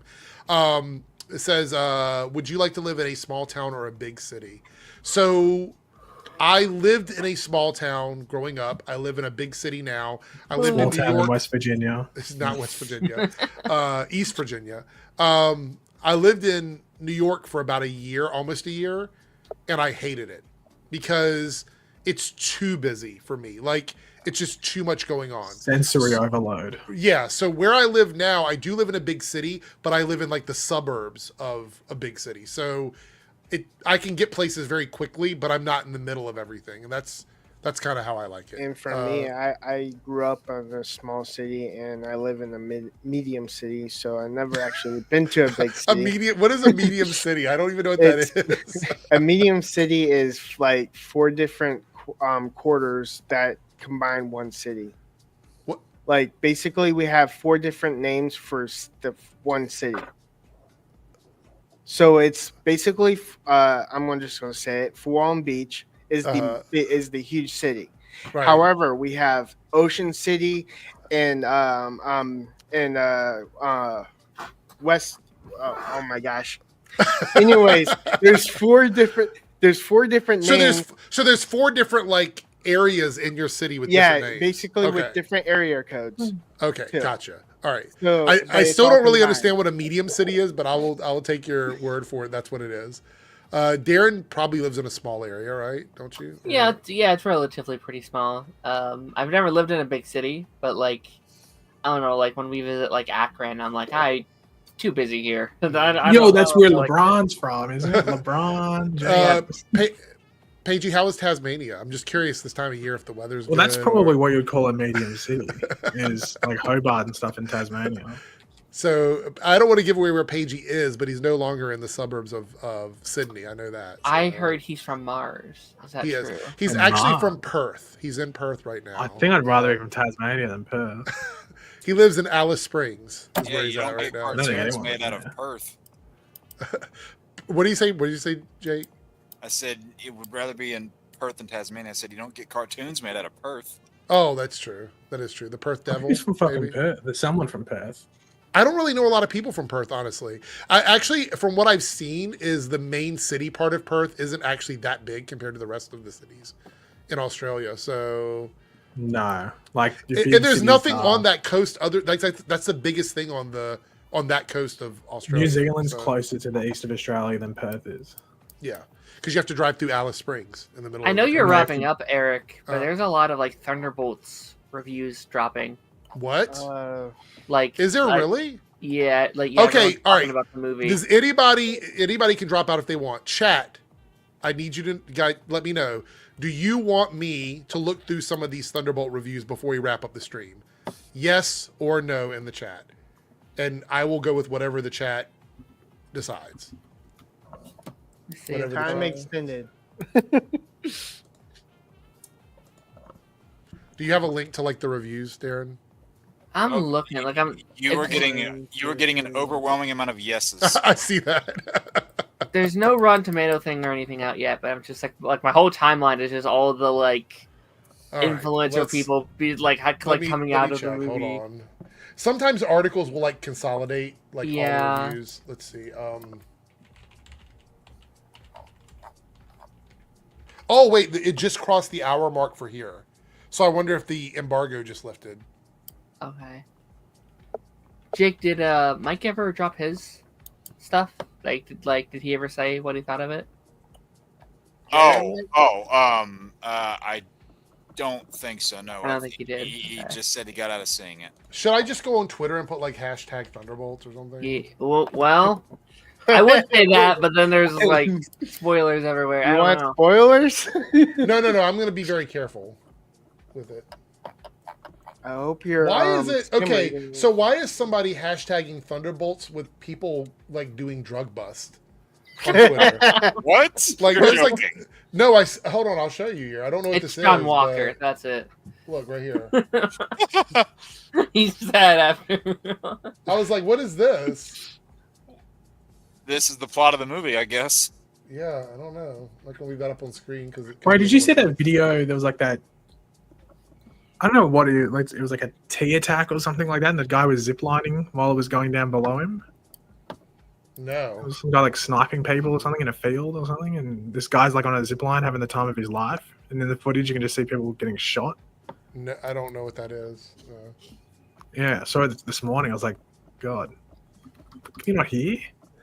Wait a minute. What was the other So thing I saw? you said you saw a bunch of them. I'm like, did they not? Did they go away all of a sudden? Well, no, it's just or- past the hour. So is it people coming from the premiere or something? It wasn't the premiere today.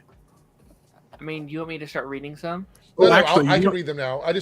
I'm trying to be careful because Twitter on my screen is not good. So Eric, you know what just popped up on my For You page? Is Twitter good on any screen? The thong song scene from Legends of Tomorrow. I will say this: the problem is, and this is what I found more often than not. This is the most dangerous part of Twitter because you never know what is going to be right below the tab that you're on or right below the box you're in. Yeah. So I'm going to be very careful with this. You can So just this is- haphazardly scroll to something, and you're like, "Oh shit!" Yeah, so we might jump away each time just so I can make sure the next one is safe. So Junior Felix here, this is 5 minutes ago, says, I can't stop thinking about Thunderbolts. Not only is it the darkest MCU film since Endgame, Wow. it's the most fitting MCU film to date. The film is fresh, poignant, and flat out phenomenal. Pugh leads an there we go. Ready 3-dub. Pugh leads an outstanding ensemble with such nuance and heart. It's a sight to behold. What is 3-dub knew it! not like Florence Pugh? No. We talked about how like people would be mad if she's the lead because Oh, of the whole like woman. I don't power. think so. I though, won't be because mad. I don't think so because I think, Not you. Be 3-dub. Keep up with me here. You said that she was the lead of the team. That's why I said that. Oh no! I don't know. I was like, basically, you were saying people would be mad. I'm like, I'm not going to be mad. I don't think so because she's like on like what top 5 simp lists probably. Yeah, maybe. It's like with like It's simplest. so Here we I go. don't think it'd be probably too much of an issue. Don here says, I'm delighted to say that Thunderbolts captured. And look, I'm not cherry picking. Every time I see one, we'll pull it up and read it. I'm delighted to say that Thunderbolts captures much of the spirit of the MCU in its best days. Character driven, full humor and heart, and seasoned with great comic book action. It's bolstered by a terrific cast led by the outstanding Florence Pugh. Yeah. I'm here mean, to win. even at D23, right? Or was it Comic-Con? Like, both Sebastian Stan and David Harbour both were like, yeah, the best part of this movie is Florence. that was at Comic-Con, yeah. Was it Comic-Con? Yeah. Russ here from the Direct says Thunderbolts is fucking fantastic. A That's splendidly fucking fleshed out dope. story with deeply pointed another pointed there themes. It's Wonderful poignant characters. word of the day or something. Yeah, I guess. Wonderful characters and an ensemble piece that the MCU has needed dearly. Look, I've been saying for a while that we needed another like team up movie with like a proper team because Guardians of the Galaxy was the last one next to the Avengers. The Marvels was Marvel, okay, but yeah. it wasn't like it was 3 characters. They were separated for a lot of the movie. I think we needed like a proper team up. The story, like you should have done Secret Invasion as your Phase 4 and I agree. team up movie. I agree 100%. Florence Pugh, she's getting a lot of praise. I'm so excited to see how good she is in this because this is like everyone I've read has been. I think you're right. I think she's the lead of this movie. Yeah. Florence Pugh is an absolute powerhouse who makes it clear that her Yelena is a foundational MCU centerpiece. Okay. That's crazy. See, I saw her like this is back in like 2019. That WWE movie that she was in, Fighting with My Family. When I first saw her in that movie, I was like, okay, she's gonna like be big in a few years, and then 5-6 years later, here we are. Here we go. Zero won't miss. I didn't expect Marvel to deliver a movie like Thunderbolts to be phenomenal, emotional, and heart-wrenching. Florence Pugh continues to deliver a poignant, amazing performance, making me love Yelena Belova even more, and Lewis Pullman's Sentry was handled perfectly. Wow. Performances that hit everyone in the feels. This movie is truly a breath of fresh air that the MCU needed. So much heart poured into it. Thunderbolts is truly an amazing film. Keep in mind, I am not skipping. Every time I see a review, I'm pulling it up on screen. I'm not skipping. Type into the search bar Thunderbolts ass. See if I'm surprised we haven't seen the Marvel's back thing yet. Oh yeah. I'm surprised we haven't seen people chanting that. Yeah, there's a lot of... we already have. I've seen it. Oh my God! Somebody is. I'm glad I didn't have this up on screen. Somebody is already spoiling the post-credit scene. I saw it a couple of days ago. I saw something a couple of days ago. I'm glad I haven't been on Twitter. So. Well, I'm not going to show that on screen, so. I'm going to. Or is there 2? 2, I think. All right, so. A post and a mid. Outside of the massive amount of spoilers, guys, stay away from Twitter. Do not push this hashtag in. Yeah. I'm trying to dodge all of it. Here's the next actual review that I saw. I'm so excited that more people are finally watching Thunderbolts. This movie is seriously one of the best films to come out in the last few years. Amazing chemistry between the cast, very heartfelt and emotional, with Yelena taking center stage and OMG Sentry, bro. So far, Yelena and Sentry are the names that I'm seeing on these reviews. No offense to the rest of the cast, but holy shit, people love Yelena. Like, this is great because we need her to be a big part of the MCU because she's such an important character with the other Black Widow being gone. I'm surprised I'm surprised none of the reviews have brought up Sebastian Stan yet. Yeah. I heard maybe rumors he's not that big of a role. Like, he's more of a supporting character in it, which is could very well be interesting. All okay, right, this is probably the last time we're doing on here until the movie comes out. Yes. Do we think this is a top 5 MCU movie? I mean, look, I don't want to believe the hype because I'm very I don't buy into that. But very rarely do we have an MCU movie where it's hard to find negativity around it. And this one seems to all the negative stuff is very tiny. Like, I haven't seen a lot of people being super hard on it. And that makes me very optimistic for the movie. Because I liked Brave New World. It was a messy movie. It didn't always come together, but I liked it. So if my bar is at that level for Marvel, this is probably, I have a feeling that the reason why people like this, these are just based on what we've been reading here. It's a team up movie with characters that we know. So it feels like a little mini Avengers movie. Yeah. And it's a movie full of characters that are very character-driven characters. Yeah. Like, these aren't necessarily just side characters. A lot of these characters were important elements of other movies, and they all have personality. They're not the only real new character we have is Sentry. Yeah. This template, in the superhero genre, has never failed. Up until this point, the outcast team of misfits that have to team up together, the Guardians and the Suicide Squad and the, stuff like that. That movie kind of failed the first one, but anyway. Yeah. Well, not really. It made 750 million. I think Warner Brothers was it technically did better. Right. So people look at it very poorly now. So here's an interesting review. It doesn't seem like this person resonated with it. Thunderbolts is entertaining in blips, but overall mediocre at best. Its superficial depiction of depression is incredible. Oh Jesus, this. Oh dear God. Okay, is incredibly frustrating, and it's Band-Aid insulting. It barely. So I want to put this out there. Depression for each person is different. Right. So, like, trying to say that depression only fits one mold is a little. But I think that annoying the only thing I can think of is if it's all put under one umbrella, and that's because they say, and it's Band-Aid is also insulting. Maybe. So they say, Look, one cure fixes all. I totally accept that this person thinks it's entertaining in blips and it's mediocre to them or whatever. But I think trying to nail down what depression actually is as a definitive thing, like depression is monolithic, I think that's not good. Well, There's no objective way to look at that. Yeah. I think with this movie, I don't think it's going to be top 5 MCU. I think it's probably going to be maybe around like top middle, if that makes sense. So wherever halfway is, just like above that. Yeah. But if you can feel in the movie that there's some sort of direction as to where they're going with the universe, then it's a positive. Because I think that's been the biggest issue with the MCU lately. It seems like it's all scattered. Yeah. This one feels like the continuation of a journey already set up and a preview of the journey to come. It almost feels like it's just like what would you call it? Like a palate cleanser. Like it has nothing to do with your main dudes. Like it doesn't have your main, like Spider-Man's not in here, Thor's not in here. There's things that connect to that larger universe, but it's a palate cleanser. And then that's when you get there's a red flag. There's a red flag in this review for me, and that is the word formulaic. Now let me tell you why that's a red flag for me. This is what people have wanted. Like everything unique that Marvel has tried to do in the last 2 phases has been very contentious.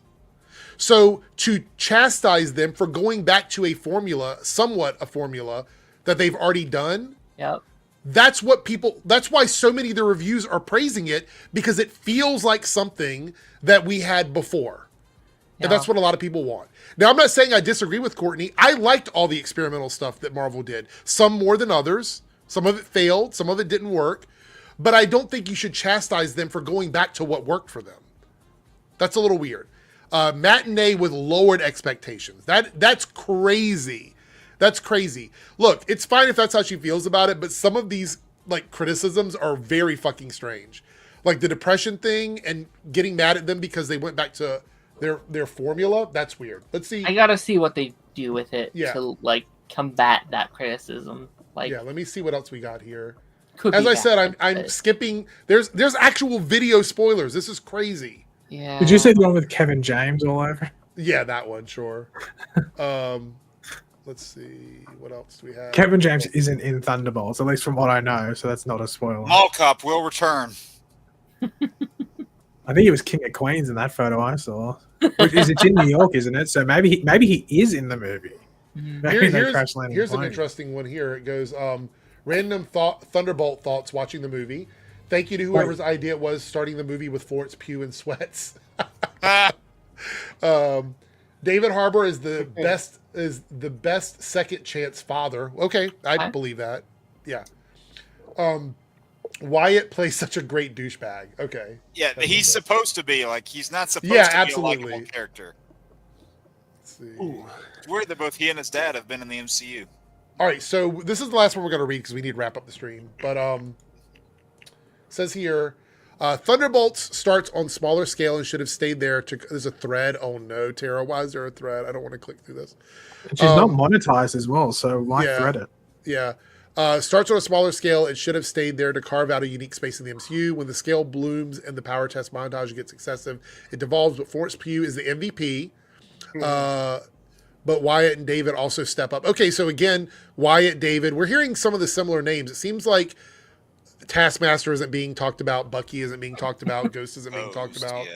Yeah. See, that's really disappointing because the main reason I'm going to see this movie is because of Taskmaster. Oh, really? I think they're just going to pull off a really great performance and all right, so be there till the end. It says thread, but it's only one other tweet, so I don't really know what that was about. Anyway, Sebastian Moore. You clicked on it. You got full. Well, I wanted to see if there was more. Well, to be honest, she might be taking 40 minutes to write the. I doubt it. I think that's the second one. So, Sebastian Moore, wait, an emotional story, and someone please give Hannah a substantial ghost story. Well, I mean, I think they're using her in the movie to see if there is interest in her. So Ghost survives apparently. Oh, We we've don't- been knowing that. You already knew I- that. But see, that goes back to the whole idea that this isn't the Suicide Squad. Like, this isn't people that are expendable.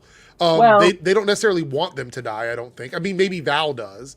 Maybe she wants them to die, but I don't think the MCU thinks of them as expendable characters. No, that they're way. trying to redeem themselves. The whole film needed a 20-minute trim, but there was an interesting story there with the Void. Better hits in dialogue than in fights. Okay, that's fine.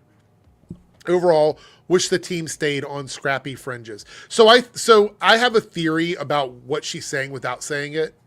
Is kind of what I think a lot of people were worried about, but I'm not worried about it. I think it will be fine. Is Sentry is Superman and everybody else is basically Captain America. I think that's what the issue is. Yeah. But I think that is part of the struggle, the underdog story that the team has to deal with. That's not going to work for everybody. I get it. Yeah. At least she's not saying that the movie is a matinee, lower bar, whatever. Like, she's got her criticisms of it, but she's not like overstating it too much. If that underdog type story worked for everybody, then Brave New World would have done better. Yeah, I agree. But I think that's the problem is everybody wants it to be like Superman versus Superman, and I don't think that's necessarily the most entertaining thing. No, to me, there's no personally. there's no what's the word I'm looking for? Tension. Not I don't know about tension, but there's no interesting dynamic because Right. it's just two of the same thing. Yeah. I think you can do that. I think there's a way to do that. But I think with the Thunderbolts, if we had, say, for example, the Thunderbolts included Thor, right? Right. Thor versus Sentry. That's almost like you expect that battle to be like this epic battle of two Supermen fighting each other, right? And that's what you'd expect to see. But with the Thunderbolts, they can't just go in guns a-blazing on Sentry because that's not going to work. They have to think their way out of it. And I think that's what the interesting part of the movie is to me, honestly. And that's what's going to be interesting with them in Avengers. Like, we're going to see them out, like, once again, out of their depth a little bit. They're surrounded by what I assume are going to be gods and magic wielders. And, like what is Red Guardian going to do against Doom? Like, he's out of his depth there as well. So, I mean, this is a team of Captain Americas, is kind of what it is. With the exception of Ghost, because Ghost has got a cool power. It's like Kitty Pryde, which I like. I'm wondering that, because of all the, people from this movie that we know are going to be in Doomsday already, with, at least currently, the Taskmaster actress not being confirmed to appear in Doomsday, do we think that eventually that's going to lead to getting the traditional comic I think there's a or possibility anti-Taskmaster? that when they do that soft reset, we get a proper Taskmaster. I hope so. I think it'd be cool to see Tony Masters because I really do like that character as a villain. I think that they thought they were doing something very cool with this version, and they didn't realize how much people loved who Taskmaster was in the comics. And look, the good thing about Secret Wars is they have an opportunity to fix anything that isn't working. But I actually think that's going to be bad because Darren and I have talked about this. It also means erasing anything that wasn't working that people might have loved from phases 4 and 5. That's the same sort of problem that you saw with something like Deadpool and Wolverine. Is like people saw it as like a way to quote unquote fix things that aren't working, but to some extent it just kind of raised more questions than answered them. Yeah, that's true. All right, we got 2 super chats. Let's do this. Staggerford with a 199 super chat. Any chance that and then Darren's gonna be like, "Did you see this popped up?" Any chance that Thunderbolts may feature a cameo? I don't know if they need one because there's already so many characters in it. I think if we're gonna see a cameo, it's gonna be maybe in the post-credit scene, and I don't even want to look online because I know it's already out there. On screens, I think there's going to be like a screen of characters that were almost on this team or something like that. Oh, that's probably a good. Like a rejected list or something. Yeah, most likely. Lone Wolf with the $10 super chat. Thank you so much, Lone Wolf. I saw a YouTuber do a ranking of the character, and his ranking list was 8. Oh, of the team. Taskmaster. Is this power level or just? Probably how good they are in the movie, I guess. Yeah, probably just relevance. That's low for Bucky that I would have. Well, Bucky having the best action scenes doesn't surprise me, actually. Taskmaster, I wonder why Taskmaster is 8. Because they were like, there's going to be a death early in the movie, and I'm like, okay, so. Well. I wonder if he just doesn't show up until, the back half. I wonder if the first half he's just not there, And then because like we have that sequence when he's like riding on the like motorcycle to catch. I wonder if that's like in the second act of the movie. I'm wondering if that's his first. That bit that you see of him in the road whenever he's aiming the thing, and then that could be the first time you see him in the movie. Agreed. I think he's in the first act. Like basically you see him in his apartment. Oh, I mean, he might see. I think that's after you. He might have like a sequence or something. Yeah. But he's not in the movie proper, like involved in the story. He's not Valentina, until the second out. Red Guardian 4, John Walker. John Walker above Red Guardian. That's interesting. Ooh. Yelena and Sentry is number 1. Wow. That's actually pretty good. Look, I have a feeling Sentry, like we talk about heavy hitters in the MCU, Sentry's going to be very important moving forward when it comes to power scaling. Because we're talking about another Superman level character other than Thor and Captain Marvel. And then with the whole Fantastic Four thing of Sue being pregnant, you've got another heavy hitter, Franklin Richards. Yeah. That's eventually going to be brought in too. So they're definitely going to have their fair share of big guns. Yeah. The cameo won't be one of the Avengers going by the meaning of the asterisk. Well, I don't want to be spoiled on that either, so I'm going to be avoiding all of that. The good news is, without me being live on Thursday, hopefully I avoid a lot of the big spoilers over the next couple of days, so we'll see. Anyway, before we head out, I want to thank Paigey for dropping in, 3Dub for hanging out with us, Darren, as always, for being here. Since you said you didn't have a stream tonight? I didn't know, but I'll have one Wednesday and Thursday this week. Okay, cool. And for the first time being here, Joypad Jake, thank you so much for joining. Head over and check out Joypad Jake's channel. We'll invite him on more often. So thank you for being here. And everybody in the chat, thanks so much for all the super chats, the super stickers, all the love. And no, we're not doing this. You sent it to me. You sent it to me.